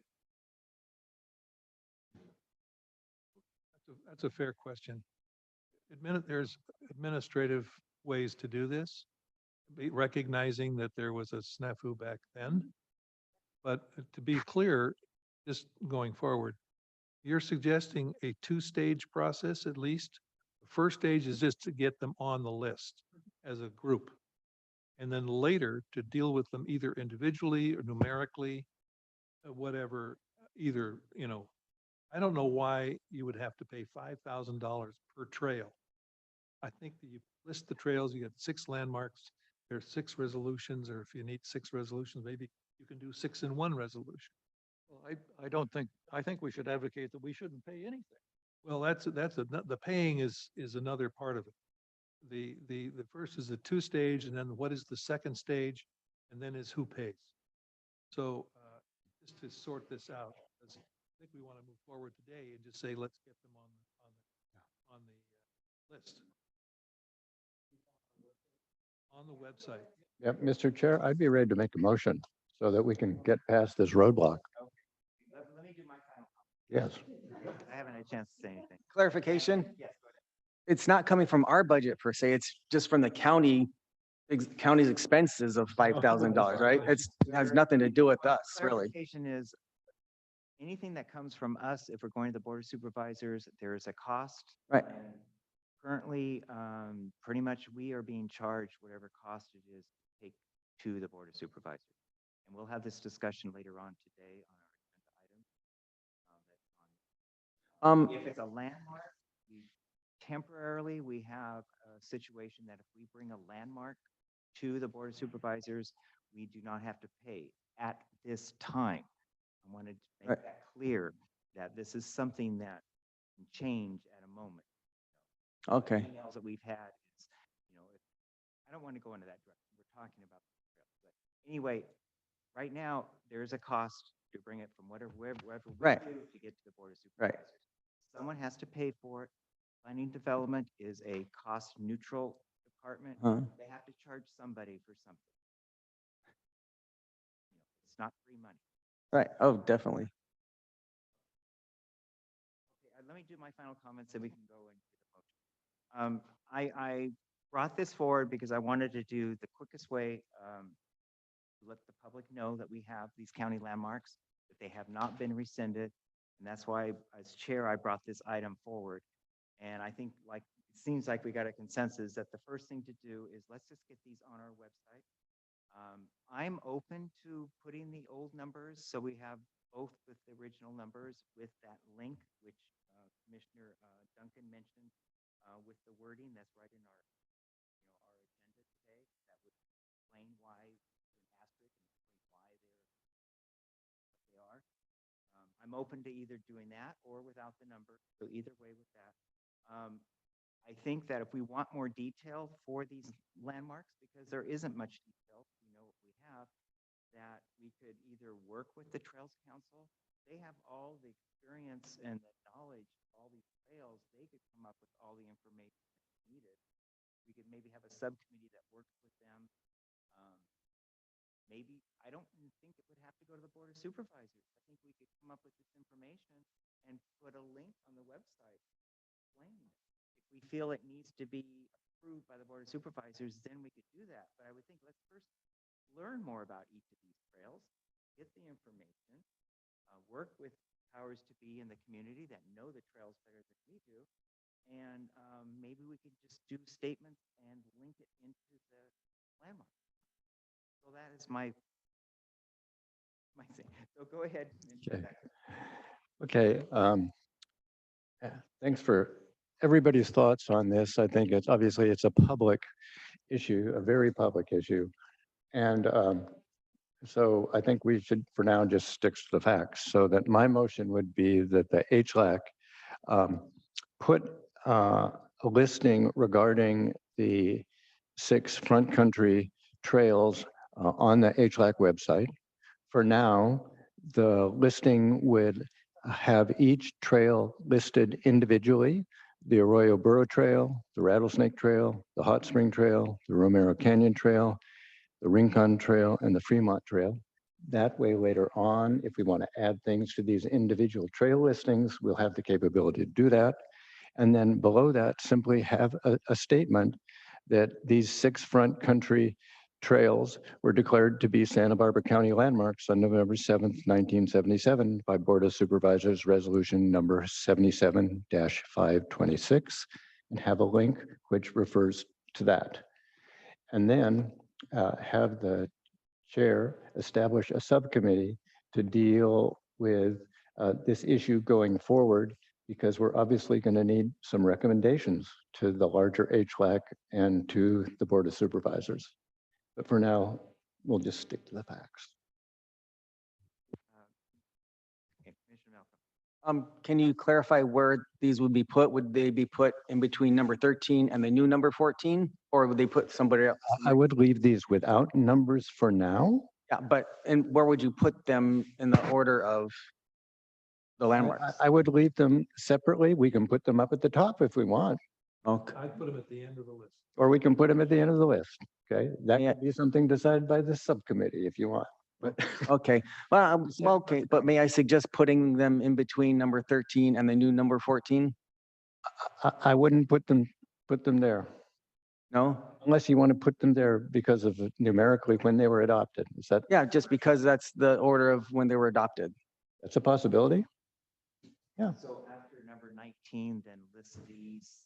No, after number 13. So number 14, that was in 1977, listed after the current number 14 without a number.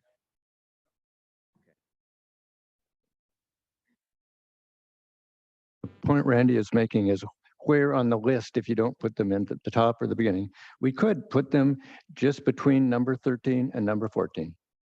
And that way it deals with when the Board of Supervisors resolution was made. I'm open to that. Was that amended into your motion? I don't think it has to be. Okay. I'll second. Our administrative assistant to where to put. Okay, so we have a motion. Do we need a second for further discussion? I did, second. Oh, we have a second. Thank you. Now we can open to discuss the motion that's on the table. Seeing none, Um, Been shredded. Okay, we have a motion on the table, seconded. Let's do a roll call vote just to make sure. The dais, let's start with down below, Commissioner Steinbach. Aye. Aye. Aye. Aye. Aye. Aye. Aye. And aye. Okay, it passes unanimously. Thank you very much. 9-0.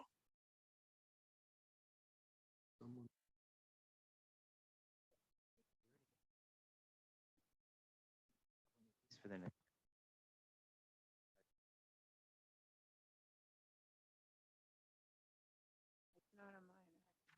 The budget. Okay, let's move on to placement of bronze plaques in Santa Barbara County Historic County Landmark, the Davison House.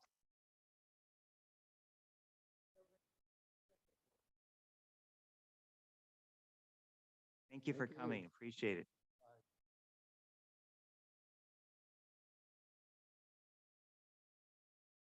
Mr. Duncan, do you mind if I move number 11 first, since Mr. Rister has been waiting?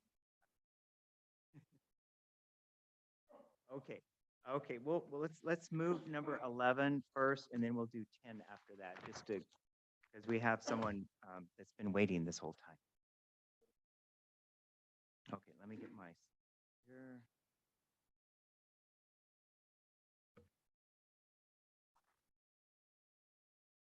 Okay, we are going to move to the 2025-2026 budget discussion.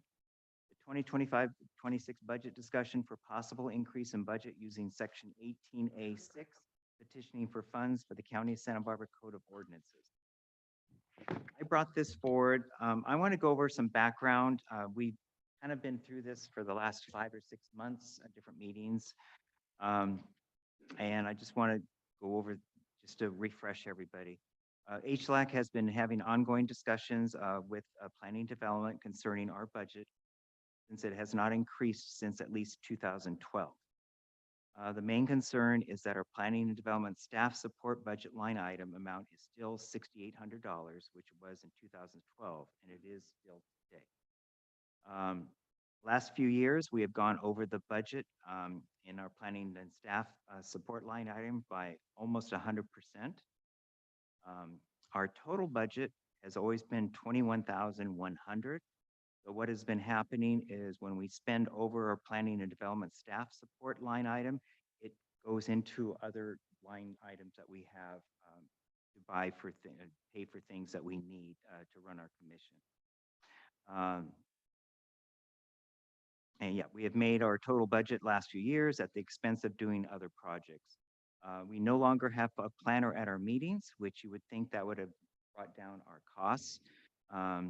But the costs have gone up so much that even without having a planner no longer assigned to us at our meetings, we still are going over. With the new policy of charging landmark applicants to pay costs for designated from HLAC to put it on the Board of Supervisors agenda, any future landmarks coming from the public, I think, are going to be very nil once they find out that they have to pay to have a landmark done. You know, it has been brought to our attention over the last couple of years that we are no longer reviewing projects that go through the planning process. Our main purpose as a commission is to designate places of historic merit or historic landmarks, and to also maintain existing county historic landmarks. So since we have been focusing on new landmarks, what is happening is it's costing money, because before, you know, we basically hardly did any new landmarks because we waited for the public to bring them to us, and then we would bring them to the process. So we had our subcommittee, which is bringing new landmarks forward, and which is costing more money by doing that. So we have a question is, what is our purview as a commission? And as you read chapter 18A, it is to create new landmarks. So we're basically doing what we're supposed to do, but it is costing a lot more money for doing what we're supposed to do.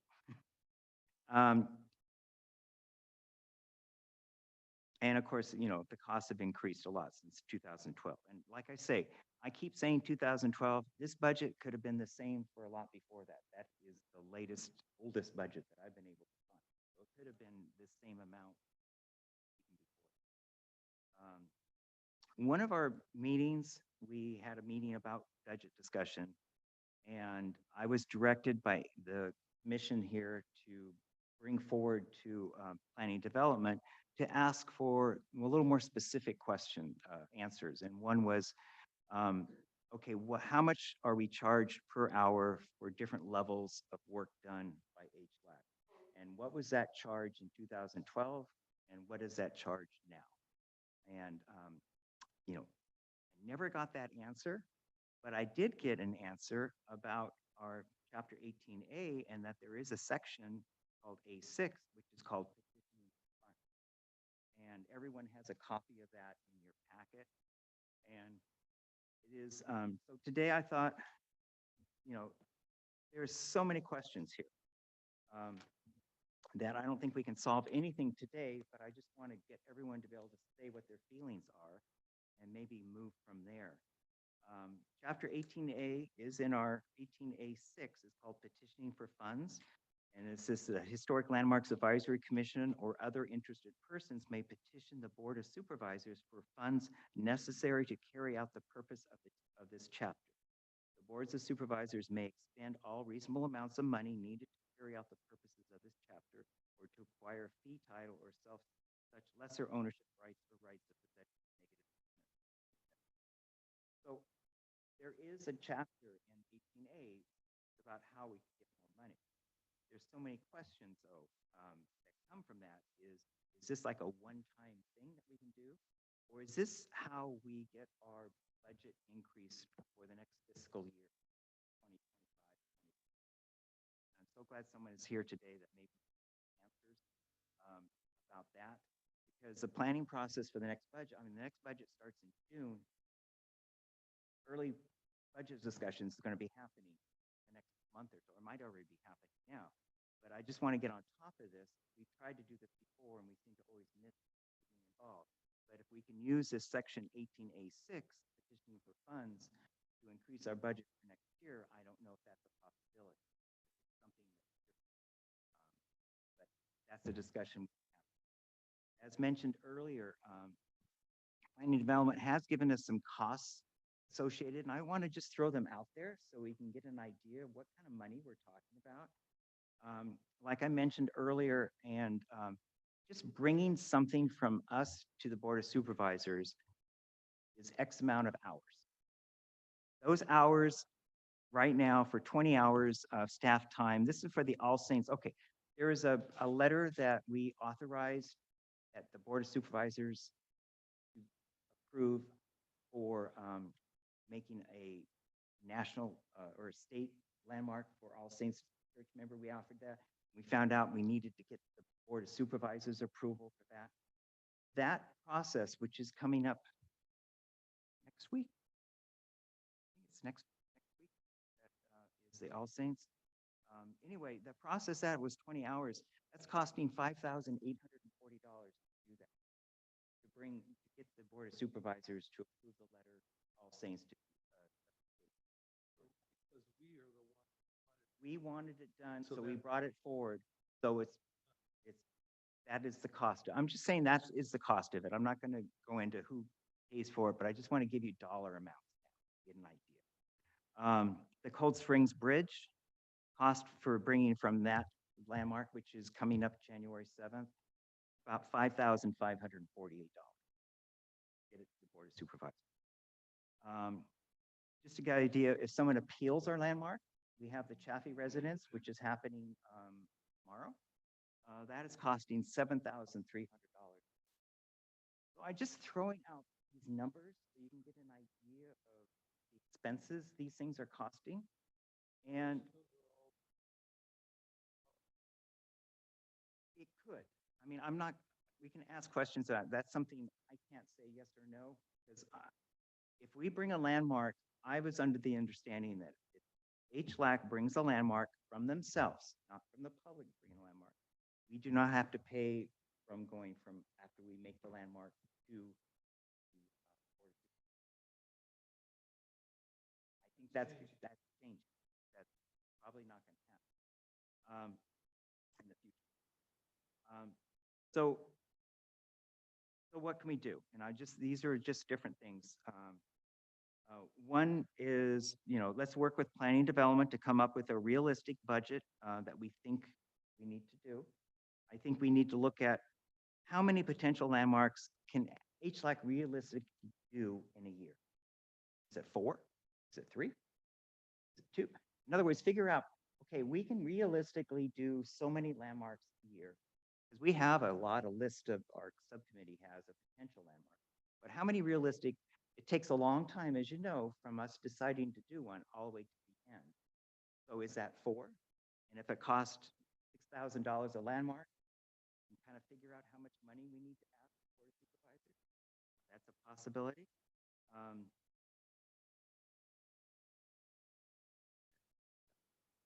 Today, maybe we could do a subcommittee to decide where we want. Because I think subcommittee sort of thing, and then come back to it. If we do a subcommittee, though, the work for 2025 budget is right around the corner. We have the holidays right now. January meeting is early January, so we'd have to maybe have the subcommittee come back to us in February with a realistic ask. That's what we want to do. Ask the Board of Supervisors. Because the next budget starts in June, which is not that long away. And should we go directly to the Board of Supervisors with the request? So if the subcommittee says we need X amount of dollars, and then, but by doing that, it costs us money to bring something to the Board of Supervisors to ask them for money. So, I mean, we have all these questions about our budget. I think we all agree that the $6,800 is not a realistic planning and development staff item line. You look at our other line items, actually, we can almost live with the rest of them, I think. Professional services, that is where if we do nominations, it cost about $1,000 each. Our plaques come out of that line item. It's at $9,100. It's up to everyone here to decide if that's a realistic number to keep going forward. Yes.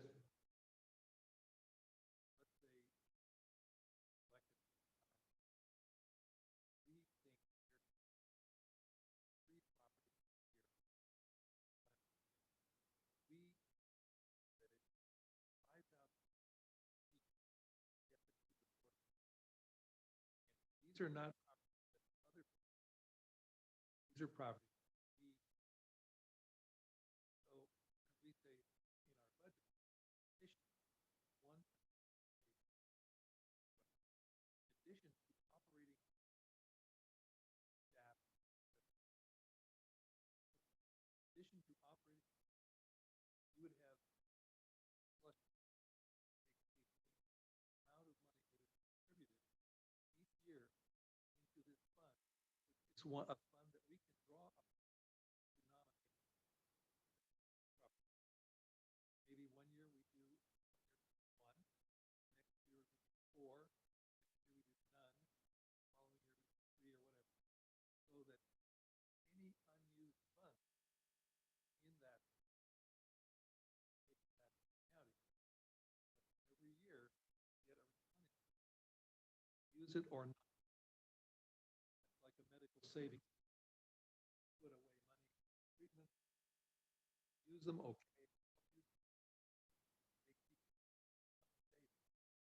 I'm just thinking before we get into further discussion, I think that's a great idea.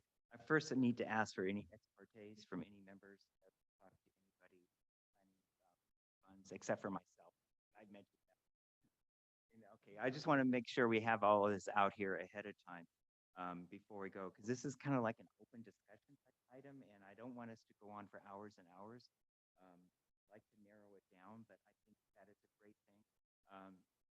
And again, we have someone here that we can ask questions to. What you're talking about might have to be a separate line item, because what we're talking, when I'm saying that dollar amount was like 5,800, that is planning and staff support time. That's dollars that's out of that line item. So that's what I was kind of concentrating when I did this on that line item, so that there would be money in there that planning development wouldn't have to always panicking. Oh my gosh, they want to do another one. There's no money here. How are we going to do this? That sort of thing. I mean, but I don't know if this chapter 18A6 is the right, how you do that. That's a question I throw out there. Commissioner Duncan, I mean, Malcolm? Okay, might I suggest, I'm just thinking, rather than try and guess what they want, with appropriate talking points, because I can hear what you're saying and it makes sense. But if I get appropriate talking points, I am happy to go to my supervisor and ask him, hey, this is our challenge right here.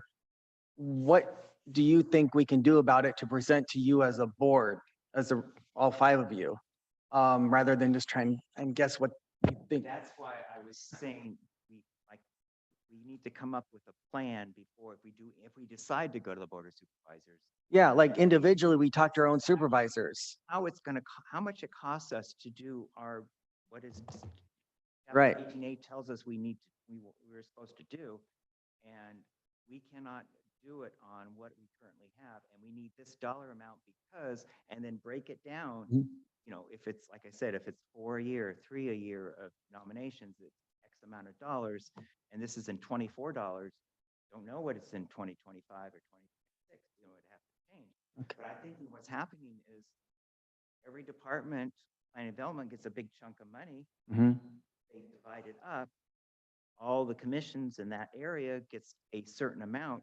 Those amounts have not changed at all. And I don't know what the other commission departments are in planning and development, but I have assumed it's probably similar to what's happening here. It's the same amount. Yeah. Years without change. Well, I mean, and then, and so every, police and fire, whatever, they get a big chunk of money. Those departments have to divide it up into all these little nooks and crannies, how to pay their staff and everything. And I think what's happening is we're constantly just doing the same amount, divided by 5. And so, is this petitioning for funds comes out of the general fund instead of planning development? It's what they're talking about. If you'd like to chime in, I appreciate any input. Absolutely. So there's a few different topics here. There's the current budget, there's the anticipated budget for next year, right? So the current budget is $21,100. And in general, that's a pool. The different categories have been, if you go over in the staff support and you're under professional services, you're still under the 21 for this fiscal year. And so that's been how it's operated and currently. There's the current year's budget, as Jonathan put up here, we're at $10,932.47. That's in its entirety. That's out of the 21,100. The projects in the pipeline for 2929 East Valley Road, that appeal is $7,300.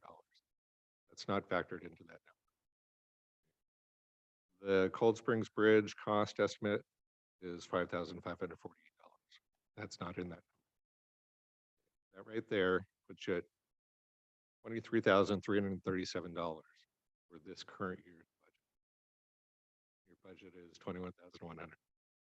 I guess the question, I'm sure all of us have this, is, are we being charged for someone that appeals our landmark? I mean, I would think that the person that makes the appeal would have to pay for that. The appeal for something that the HLAC nominates and they appeal it to the board, that comes out of the budget. Someone has to pay for that. Not the person that makes the appeal? No, they didn't ask for their property to be landmarked. So that comes out of the HLAC's budget. So I just want to clarify, I think they were charged an appeal fee already. Sorry. I'm pretty sure they were already charged an appeal fee. I think so. Otherwise, everyone. to file with the board, there is an appeal fee. That's correct. If there's an additional cost that they've paid, I'll look into it. But the number of staff hours for the 2929 East Valley Road appeal is 25 staff hours. That's billed at $290. That makes up the $7,300. Question? Sure. So if a planning commission rezones a parcel, down zoning, up zoning, whatever it is, and the rezoning is against the wishes of the owner, and the owner is able to prove substantial loss because of the down zoning or whatever happened, whatever the decision of the planning commission or the other commission is, and appeals. So does that landowner have to pay, does the planning commission have to pay for the appeal of that landowner for having downzoned his property? Would Isn't that a comparable? No? I don't have the answer for Well, that you. would be a legal question, would it not? It would be a development review and Right. So that is just one example of many, many calls that are made by building departments and planning commissions, planning departments, and so on and so forth, that are the substance of many applicants' despair and complaints. And I'm just wondering if the applicants in the past, applicants have had to pay to fight that, to enforce the law, so to speak. And so now we're saying that if the Historic Landmarks Advisory Commission makes a decision that in the interest of the county, which is health, welfare, and safety or whatever, and cultural resources, does the Historic Landmarks Commission now have to pay to do its job? we're a full cost recovery department, which means the work that we do has to be paid for by someone. I understand that. That is, Someone has to pay. so if a property owner appeals a decision, then they pay those appeals. If a designee appeals their designation that they didn't want on their property, then someone has to pay those appeal. They didn't self-nominate. So this is now going to happen, or this is not what has been happening? Is that historically correct? I think this situation is new because this or this designation by the HLAC to these properties is something that is recent. That's my understanding. Right. So this is, This is about budgeting and about who It is pays about for it. Yeah, exactly. I understand. I just want to be clear about that. so having said, you know, and shared with you the projects that are in the pipeline. With these two projects, that exceeds the HLAC budget by 2,200. So that's the current state of the budget. Your contractor has invoices that they're going to submit. We're 44% through the fiscal year, another 56%. Mr. Chair, could you ask the speaker to speak up a little bit? We have another 56% of the fiscal year that is still remaining. So at this point, at 44% of the fiscal year, you've exceeded your budget by $2,237. Okay. So that's the current status after these two projects go through. And Now- including what we just approved today. Right. Not including those. I think it sounds like you reached a pretty simple solution on the trails. So So I guess my question is, Chair, and I think, we have a lot of questions, but is going through petitioning of funds the proper way to go to increase our budget in 2025, 2026? Or is it something that we still try to work with planning and development to get a bigger share of the pie? I mean, I'm not quite sure how to read this. Is this, I'm thinking this petition of funds is like a one-time thing out of the general fund versus a actual budget thing that is what we're trying to do to increase it in the future. So what I will share with you is the county is operating and forecasting very frugally. in the year. They're forecasting the revenues very frugally. They're not anticipating any expansion requests, and those are not likely to be considered or approved. So the recommendation is that that HLAC work directly with planning and development, and we'll have communications with the CEO's office and see if there's something that we can do to assist. What we can do is forecast. What we generally do is we increase our rates by the CPI every year, and we can do that with HLAC's budget. I can't go back to 2012. It's just something I simply cannot do. But I can build that into the budget for the coming year. It's not a whole lot, but it's something.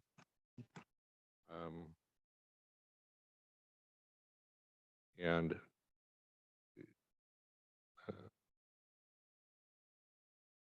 and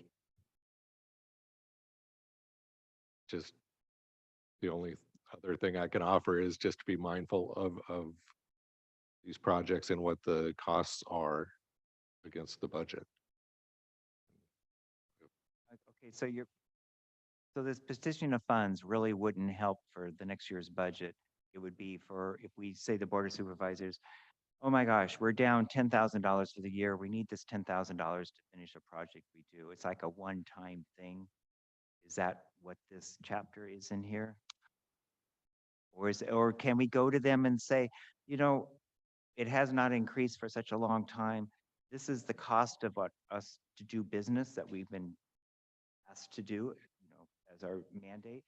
And we feel that going forward, we should have X amount increase in our budget. Is that something, but I don't, you know, that's like at the micro level, and they look at the big level, I think. So that's what I'm a little concerned on how you use this chapter. Mr. Chair? Could I ask Ms. Ryerson a question? Yes. So this section 18A-6, where it talks about petitioning the board for funds necessary to carry out the purposes of this chapter, isn't that basically boilerplate? It would also be in the empowering ordinances for other agencies within the county? Or is this unique to us? I don't know, but I have not seen this type of section in other ordinances. You haven't? No. Oh. Do you think it has to do with the age of this? Possibly. Well, I noticed that here it talks about other uses of the funds, acquiring fee title or lesser ownership rights. It could be right of ways or conservation easement or something like that. Yeah, easements that it deems necessary to expedient. So in some places, it's sort of broad and it speaks to other uses, but this is general enough that obviously it could obviously speak to our general budget. So you're supportive of that in that regard, is it allows us to do this? Could apply to your general budget. But what I've seen in the county is usually you work through a department. Ah, so you think you're pointing out that our problem is that planning and development is acting sort of like a filter for our funding, and they're deciding how much we get and where the expenses are charged.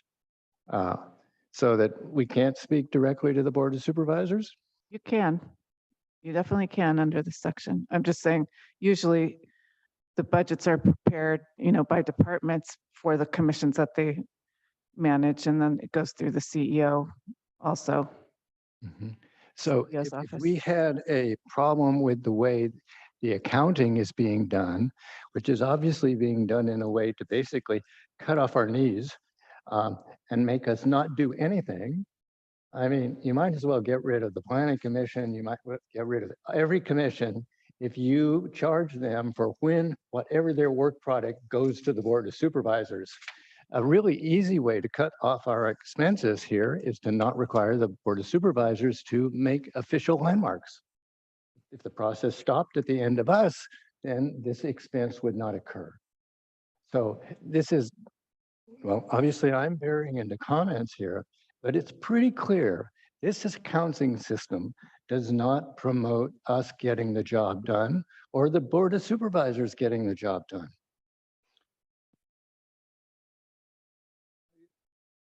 I have another thought to add. So one is if the HLAC initiates a nomination, it's going to get charged, go through the. Currently, they're saying Well, okay. no. The other thing that HLAC is going to get charged is if it decides to deny a project or designates a property so that the appeal. So in the process of doing the job, it is now being held responsible for the consequences of their action. So that is contrary to in my history of public service and public policy. That is not the way the government works. You don't ask a person to go out and do a job and then fire him or kill him, jail him for doing his job, unless he breaks the law. Unless he breaks.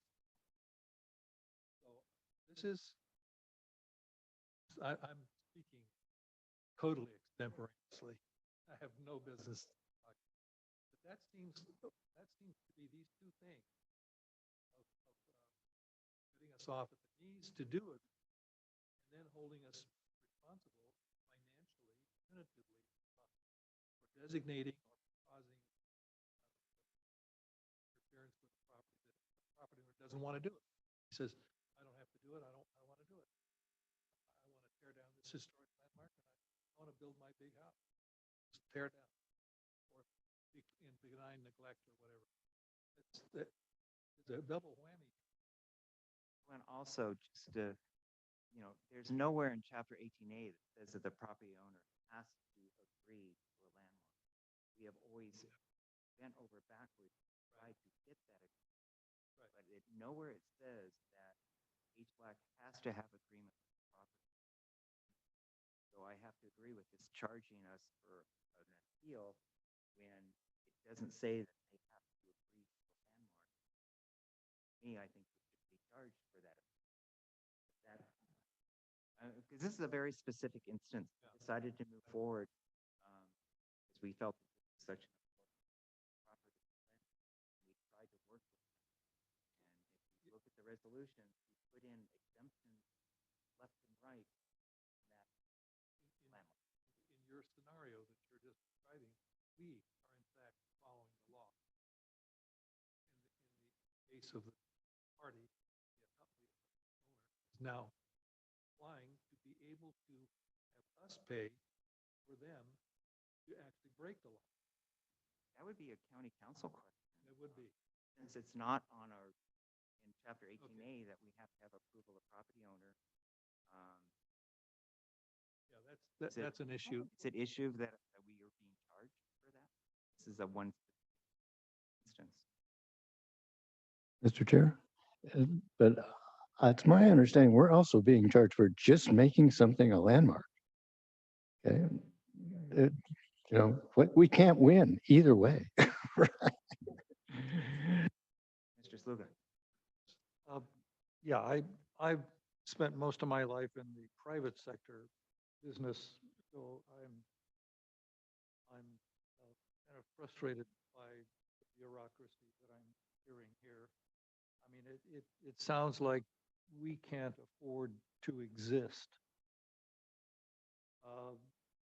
based on the monies that are allocated.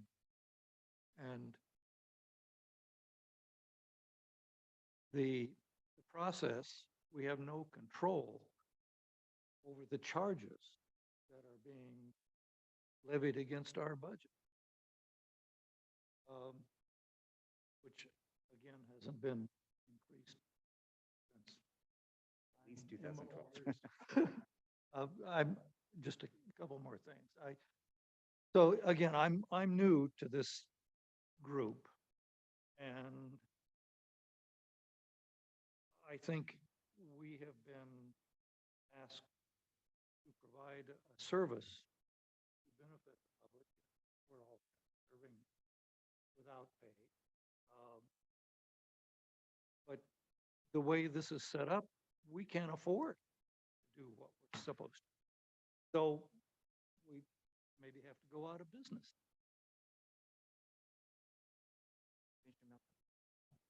Okay, kind of revisiting just what I said a few minutes ago regarding talking to our supervisors. I don't think they're probably aware of our situation. They know we exist, they know we function, but they don't know our hands are tied with this budget thing yet, unless somebody specifically tells them. I don't know if any one of us has talked to our individual supervisors about this specifically, but I think if we do and get a channel of communication going with each of our individual supervisors, then they would actually know and say, do something about it and say, hey, wait, there's something wrong down below. Let's fix the budget later or add something to it, whatever we can do, because this doesn't make sense. Us complaining about it and talking about it amongst ourselves isn't going to communicate to the supervisors the actual problem unless we actually individually talk to them.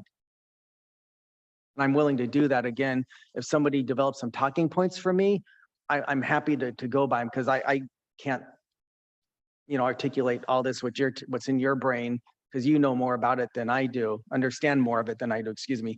And I'd be happy to review all that and speak with my supervisor individually about it. I have a further wrinkle on this budget issue, HLAC's budget. In addition to HLAC being proactive this last year in nominating landmarks, which is adding to our costs, we should also remember that prior to this new active phase, that for many years, HLAC very passively waited for planning and development to bring projects for our review. So we would normally review 2 or 3 projects. Sometimes we'd be here for hours on more than that. And this was considered the proper function of this commission was to assist the planning department in cultural resources management and preservation. And as we are required to do under the code. So planning and development stopped doing that a year or 2 ago. So my question is, how much is that saving the department? How much funding are they saving by reducing our activity level to the point where if we weren't proposing these nominations, we wouldn't even have to come in. There'd be nothing for us to do. So maybe there's some, maybe the department is breaking even with us now that we're being more active. Because prior to this time, as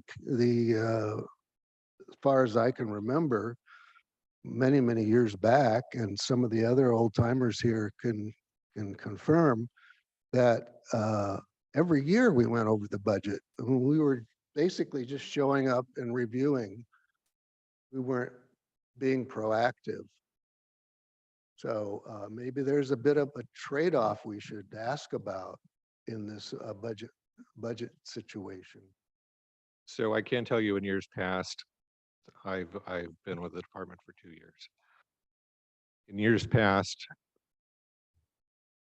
HLAC has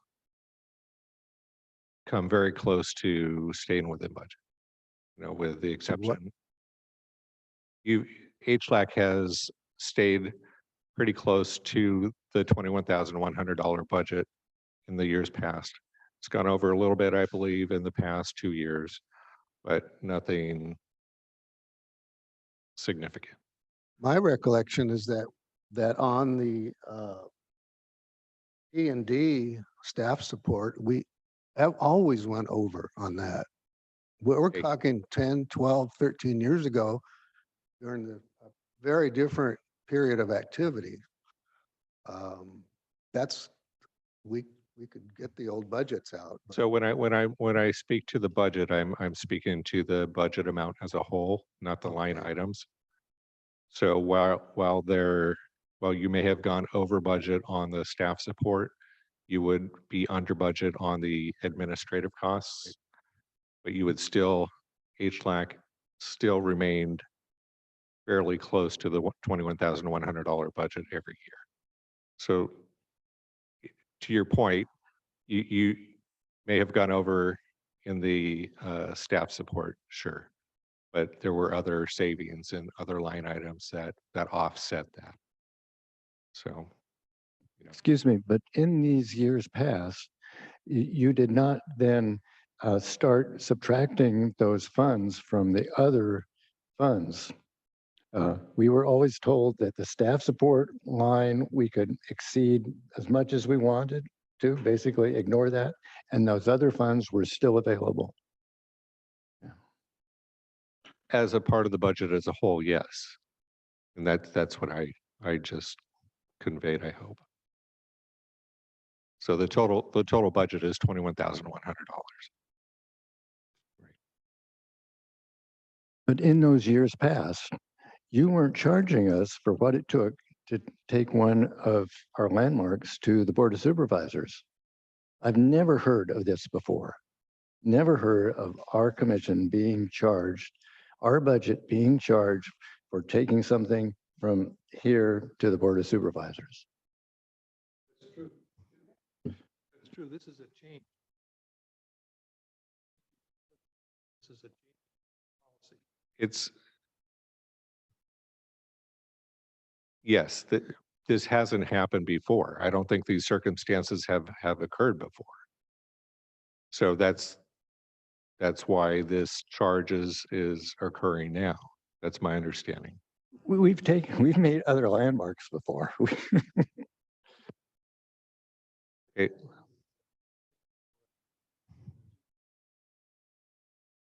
So if there were landmarks taken to the board and there were planner time associated with those, then those would be charged against HLAC. Okay, so, Yeah, You're saying going forward. I heard pardon the me? Cold Spring, not the Cold Spring, the Rocky Nook Park. I know there was a lot of extra cost in that one, and we were not charged for that. And my understanding is that huge charge made them rethink going forward what's going to happen. And from what I've told, that's been conveyed that going forward, there will be charges against these projects. You have the same budget that you've had in years past.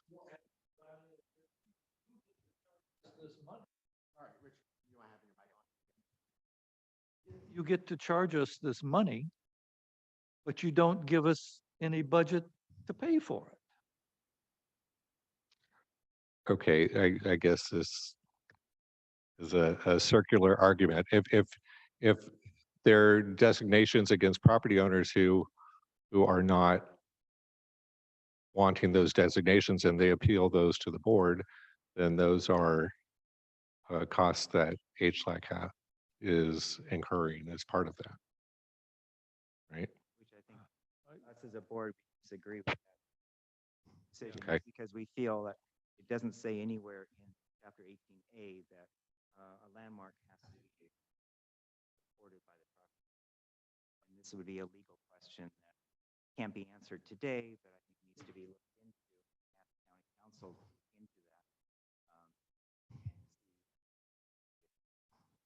Yeah, long story short, I have a problem understanding why the policy is changing to increase our costs, but is not changing with respect to budgeting our expenses.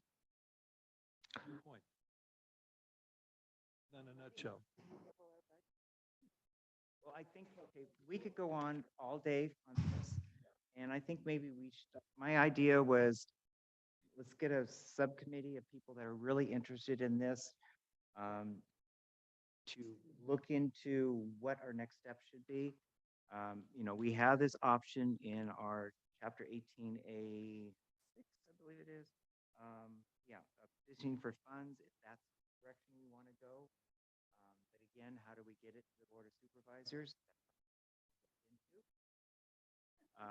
You know, is it a letter? Is it a resolution, or, I mean, whatever, but we have, you know, if we decide to go that route, yeah, we would get charged for it. So, you know, we have to figure that out, but I think a subcommittee should sit down.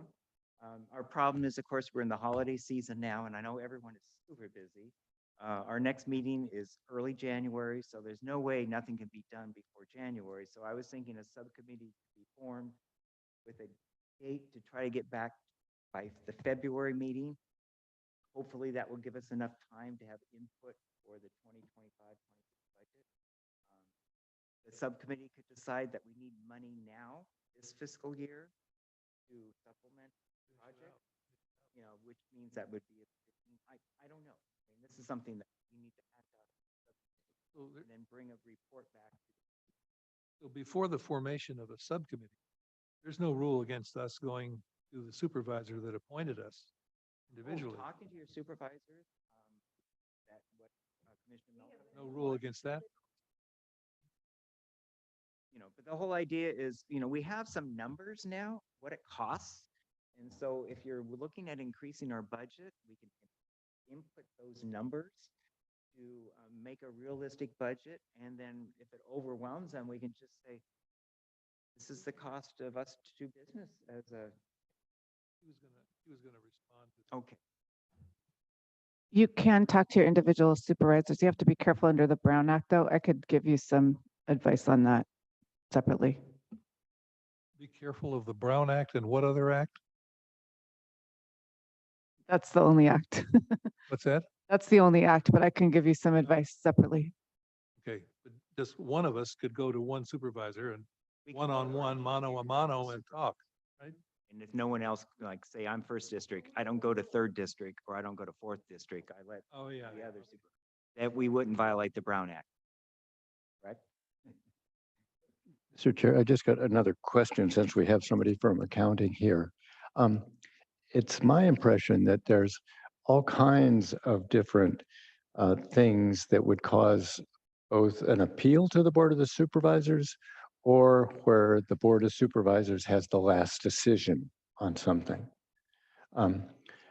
So is in every one of those cases, those parts of county government that are generating the need for that appeal or for those final decisions, are they all being charged that separate line item for their time at the Board of Supervisors?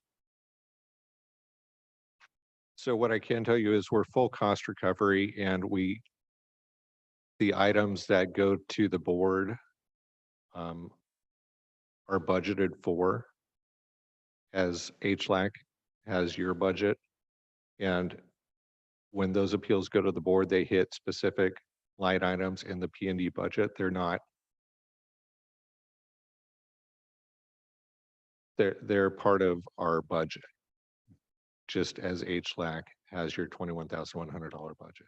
If your budget were to increase, then that would offset some of these costs, of course. But without a mechanism to recover these costs, there's the $21,100 budget that HLAC has to adhere to. So that's the parameters that we have to work within.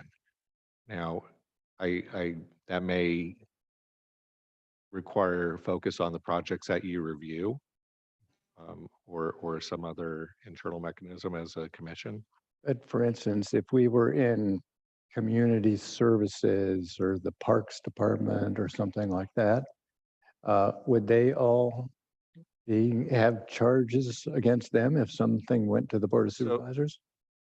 So to your point, Commissioner, we're a full cost recovery department, whereas I believe Parks and Public Works are funded by the general fund. So any costs that we incur, we have to recover. And that's what we're tasked with. And that's why there's this accounting of and budget requirements for HLAC, because we have a budget amount. And unless we can recover additional costs from somewhere, we have to maintain the $21,100 budget. When you say we are a full cost recovery. who's Planning and we? development.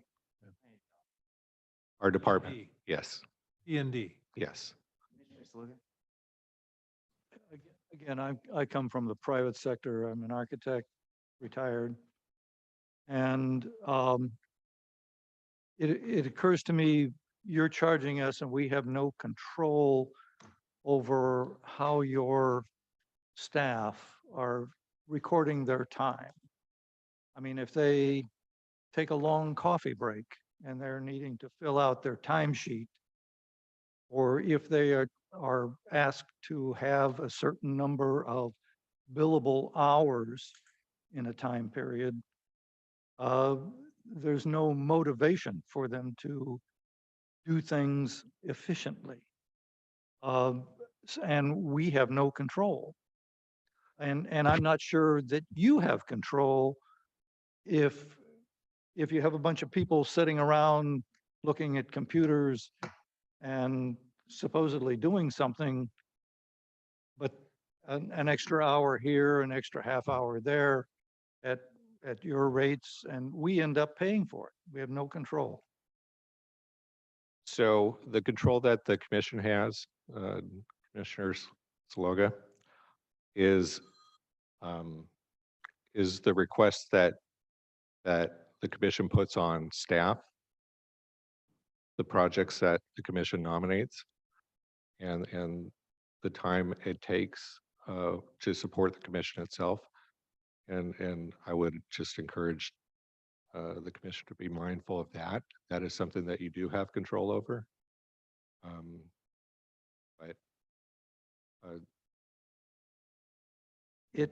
I can tell you I'm that sorry, this- it just, the costs like $5,000, to do what would seem to be a fairly simple task of reviewing what we're putting forward before it goes to the council. It's hard for me, again, coming from the private sector, it's hard for me to understand what hourly rates you're charging, or it's $292 an hour. it's how much? $292 an hour. Good God.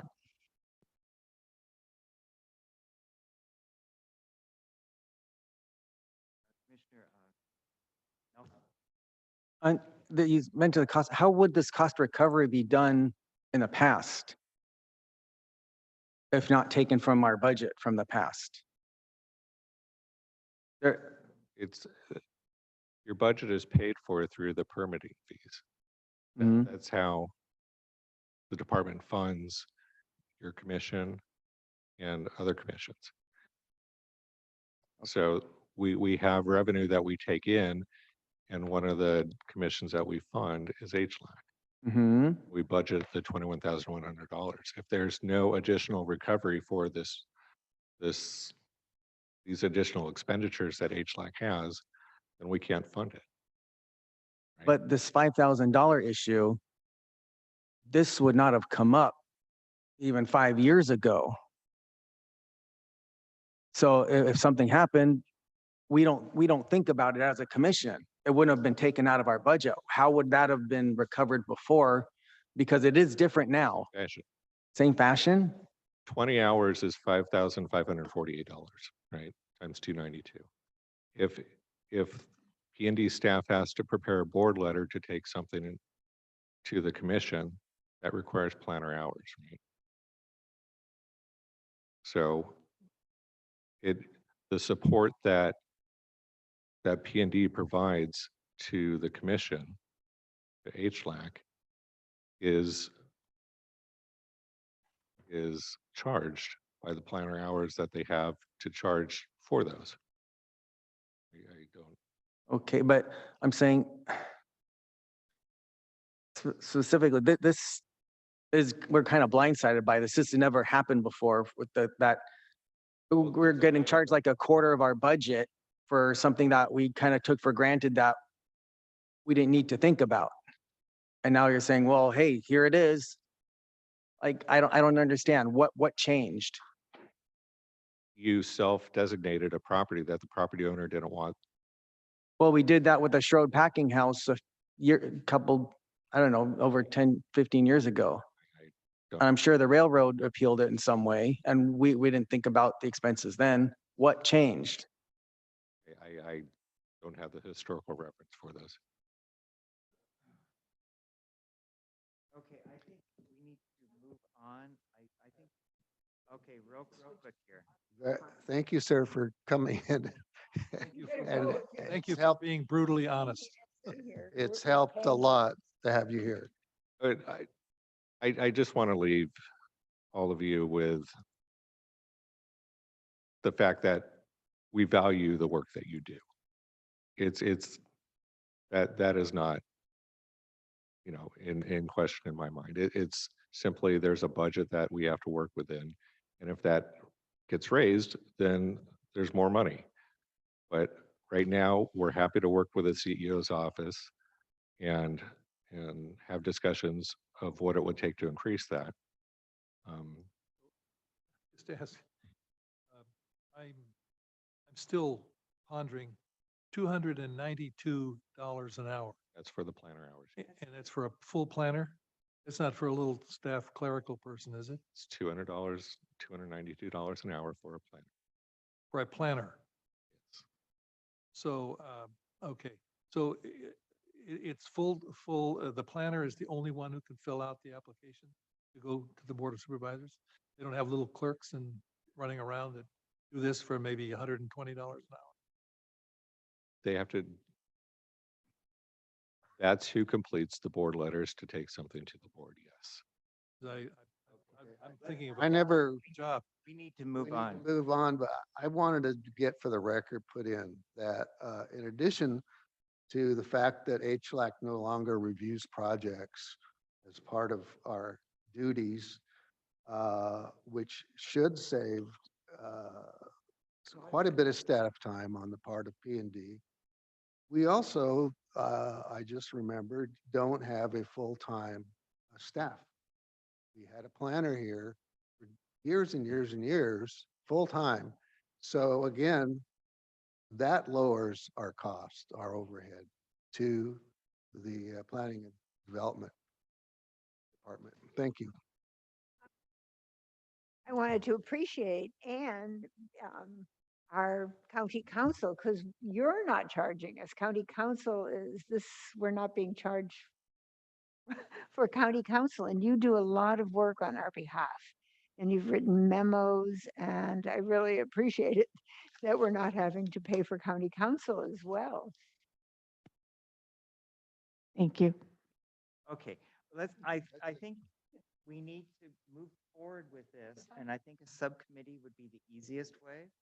And the subcommittee, whoever decides we have on the subcommittee, we try to, that subcommittee try to come back for the February meeting with some proposals to move forward. Whatever we discuss, go in. So I guess I'm just going to open it up to who would like to be involved in this. It's not an easy topic, money, budget, it's not a fun thing to do. But we have some numbers now that we could calculate what needs left to do the work we need to do. So The subcommittee. well, the subcommittee, I mean, I could be on the subcommittee, yes. So, but I mean, we need some people that are interested in this, to work on it. If you were chair, it would be on the sub. Okay. I mean, it would be, nice that we could meet in person. So if it's, people that live in North County, it's very difficult to come down for other meetings, but if you have a real big interest, please meet representation throughout the whole county. We could always meet maybe halfway at Buell or something, for a meeting. But I think we need to really hammer this down, and it needs to, like I say, be done at least by February. Don't you think? We're going to be asking for more money for the new budget. The budget discussions are going on now. They're going on right now. So it's even more. What is the likelihood of just doubling our budget and having it? I mean, is that, you said if the county is being frugal, but it sounds like we need to double our budget. I can't advise you on what your budget should be. What I can tell you is that expansion requests by the board are not likely considered to be approved unless there's a funding source. I want to make sure, since I'm going to be on the subcommittee. So the Board of Supervisors gives like planning development a pool of money. And then you, planning development, divides it up within allocates it within. So we're full cost recovery, which means we receive very limited funds from the board. Our permitting fees pay for our services. What the public pays for our permitting fees pays for our services. We don't, compared to other departments, the funding that we get from the general fund is very limited. So then what you look at is you look at in advance, we think there's going to be this many projects in the county that it's going to bring X amount of dollars in that we can budget to pay for. Right. The permitting fees, we anticipate the coming year will have X number of permits issued, which will generate a certain number of dollars. And we allocate that across the entire department to pay for the services that we provide. Mr. Chair, Subcommittee. it's pretty obvious that we are not helping their budget because landmarks don't generate a lot of permits. We are keeping, these exteriors unchanged for the most part in these various parts of the county. So, we're not appreciated in a numerical way, unless somebody, higher up says, yes, this is a public benefit, and for the purposes of the public benefit, we need to separate this from the revenues that are generated by development, because in fact, we're sort of contra development. So it's not a comfortable fit in some ways in this department. We might be better off in a department that talks about resource conservation. Yeah. We're not a revenue producing We're agency. doing a subcommittee right now. So I have Commissioner Witosh on the subcommittee. Any other volunteers? Nominee.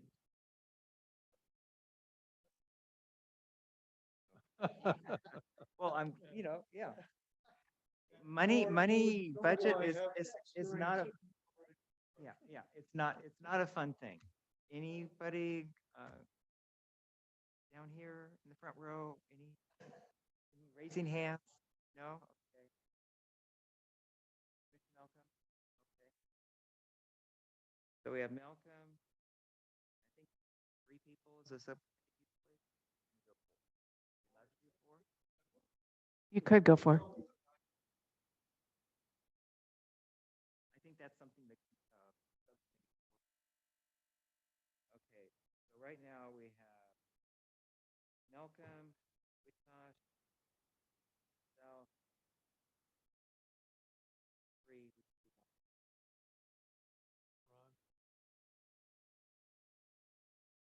well, okay, we'll stay at 3. And I will be contacting the 2 of you, and we will go from there. Okay? So we have a subcommittee. And what would you like to call this? The budget 2025, 2026 budget subcommittee?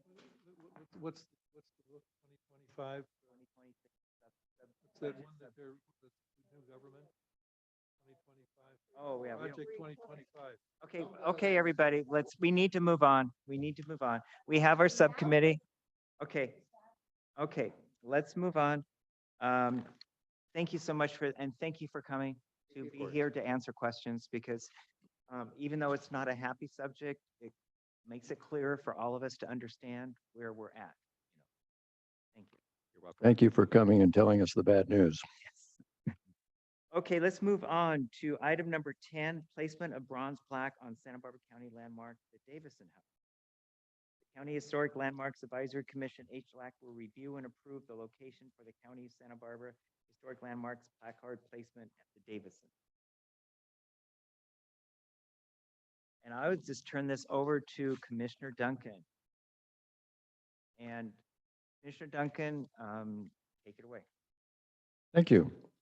I'll give you a little update at the same time. The plaques that we have for Maddie's Tavern and Hartley House, they've been mounted. They still need a finished paint coat from the owners, which I was promised a long time ago. But they're mounted and I think they look very nice.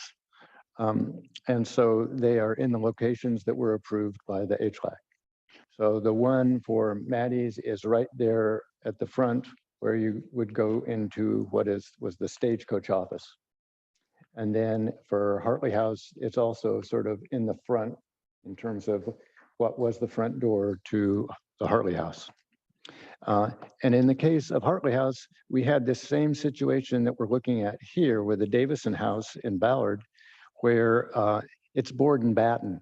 So it's hard to find one flat area where you can mount a plaque. And I met with the owner and we decided that a place like this near the front door is really the appropriate one, but it does straddle some bats. So what I'll do is use some bats behind it so there's no empty space and it'll be securely mounted that way. The owner does want to put it down just a little bit. So what I'm thinking is that we'll put it so that it's directly opposite that second row of panes that are in the door. So it'll be sort of centered on those panes. So that's maybe lowered about 6 inches, something like that. We looked at further over to the right in the next open space, but then it got too busy next to the electric meter.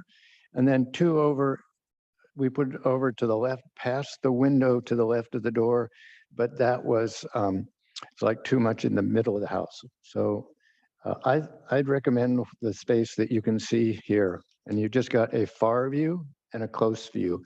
Can you show us a close to view? Well, he's out. You can turn your pages since you have paper versions. So that's how it is close up. And I'll just put about 1.5 inch bat on the left-hand side of that big fat batten and support it on the right-hand side too. It's a little tricky because these bats are odd size materials. This is about 1 1/16 rough redwood. Any questions? I support your suggestion of moving it down. And I think that's the best. It's fine. This property is for sale again, It's for sale. Yeah. In the interest of time, could we improve the look by putting, by adding, you were talking about adding a blank behind it?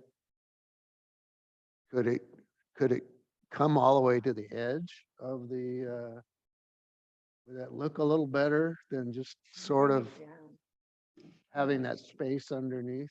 Oh, are you thinking of trying to move it next to the door frame? Door No, jamb? what I'm saying, as far as having that space Mhm. between the wall and the plaque, you were going to put something behind that. Yes.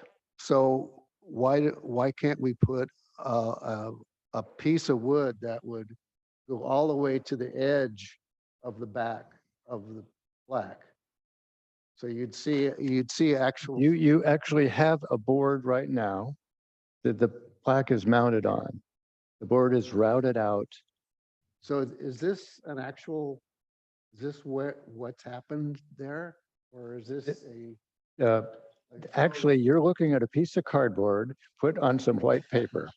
But Okay, the white paper represents a piece of board that is routed out to accept the plaque so that we can screw in the backside of that board to mount the plaque on that. And then that surround is mounted onto the battens and to the siding. Could you- okay, so will I it guess- look like this then? That's what it'll look like. I And guess you, maybe the question maybe is put a little You- board around so that there's You not. want to s- move it to the left, the right, up or down? Filler? Like a I'm, filler around it so that bugs and stuff won't get behind. It's totally sealed. Oh, okay, you have it all. It will be totally sealed. Okay. so I won't see a shadow behind the, You will not see a shadow there. what will I see? You will see what it looks like as though the batten material just sort of went like this, like that. That's nice. That's nice. Okay, It frames it. I- Basically, the batten frames the plaque. The batten frames the plaque. oh, well, that's sort of what I want. Okay, Yeah. thank you. Yeah. All right. Well, For Mr. Dunn, his last, I should have brought the finished pictures of Maddie's. he might just resign from the board here. Any other comments on this? I just wanted, oh, go ahead. Can I make a motion? I just want to quickly just say, thank you for contacting the property owner and making that, I know it's always not easy to connect and getting them to, of course, we knew they agreed ahead of time. Agreed to the place to put it. So thank you for all the work that you're doing. And for creating all that you're gonna do, not just putting the plaque on like we had to do a rock in the park. I mean, you had to create the whole wood and stuff around. Now it's just commission. Yes, I move that we approve the location with the adjustments that have been proposed. Second? Yes. Okay, all in favor, say aye. Aye. Okay, thank you very much. We have one more agenda item here. Resignation of Third District HLAC member Lansing Duncan. The County Historic Landmarks Advisory Commission, HLAC, would like to thank Commissioner Lansing Duncan for his years of service and dedicated work to the community in preserving historic resources in the county of Santa Barbara. And I thought it was very important. We don't do this for every commissioner when they leave, but I think it's important. Lansing has been on this commission for 13 years. He had waited till April, I think it would have been 14 years. Started in April. But I just think it's important that we honor you for your hard work. We all know all the work you've done. Minutes, who wants to volunteer here, please? But in your detail, I have a little certificate I put together for you. It's nothing real fancy. Just says hereby issues the certificate of appreciation to thank Lansing Duncan for his 13 years of service as third district representative on the commission. Lansing has served on numerous subcommittees of the commission during his tenure, spent many hours researching potential Santa Barbara. Thank you, Lansing, for your years of service and dedication to preserve historic resources in.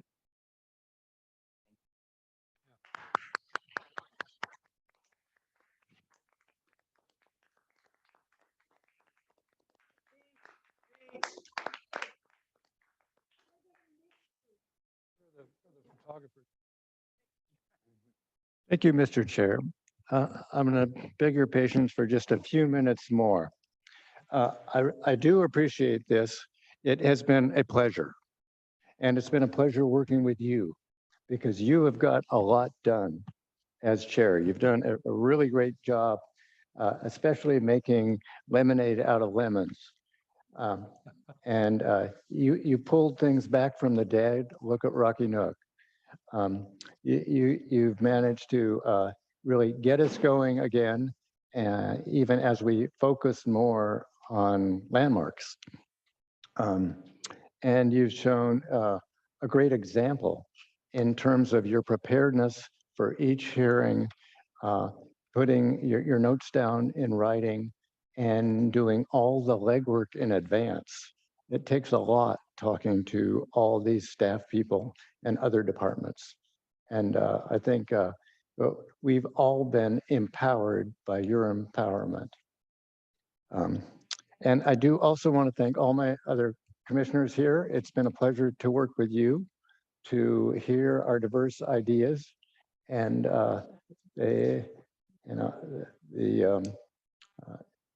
the different perspectives are really helpful for me since I tend to be opinionated. So it's good. It's sort of like having a family, you know, it will tell you the truth sometimes. But I also want to recognize some of the many commissioners I've had the pleasure to work with. John Woodward, Sue Adams, Ed Lenvik, James Kiriakou, Gina Fisher, Eileen Wakehoff, who was here with us for so long, Darian Bleacher, Frank Grube, Jessica Tade and Ann Glasgow. All of these were commissioners who, just as I pulled out some old files, you know, these names came up. And I really want to thank the staff people. So obviously, Jonathan, you've been a pleasure to work with, and David Villalobos, who I was really familiar with from Planning Commission days too, and Anita Odyssey McPhail, who is so wonderful as our staff person for so long, and Leah Graham, and of course, Ann Ryerson, who fortunately isn't charging us for her time. Okay, fortunately, we can take advantage of that because she's been very, very helpful. So thanks to you all. Keep up the good work. Thank you. And on that note, I want to adjourn the meeting, and our next meeting will be January 13th, 2025 at 10 a.m. and it's in the same room here, the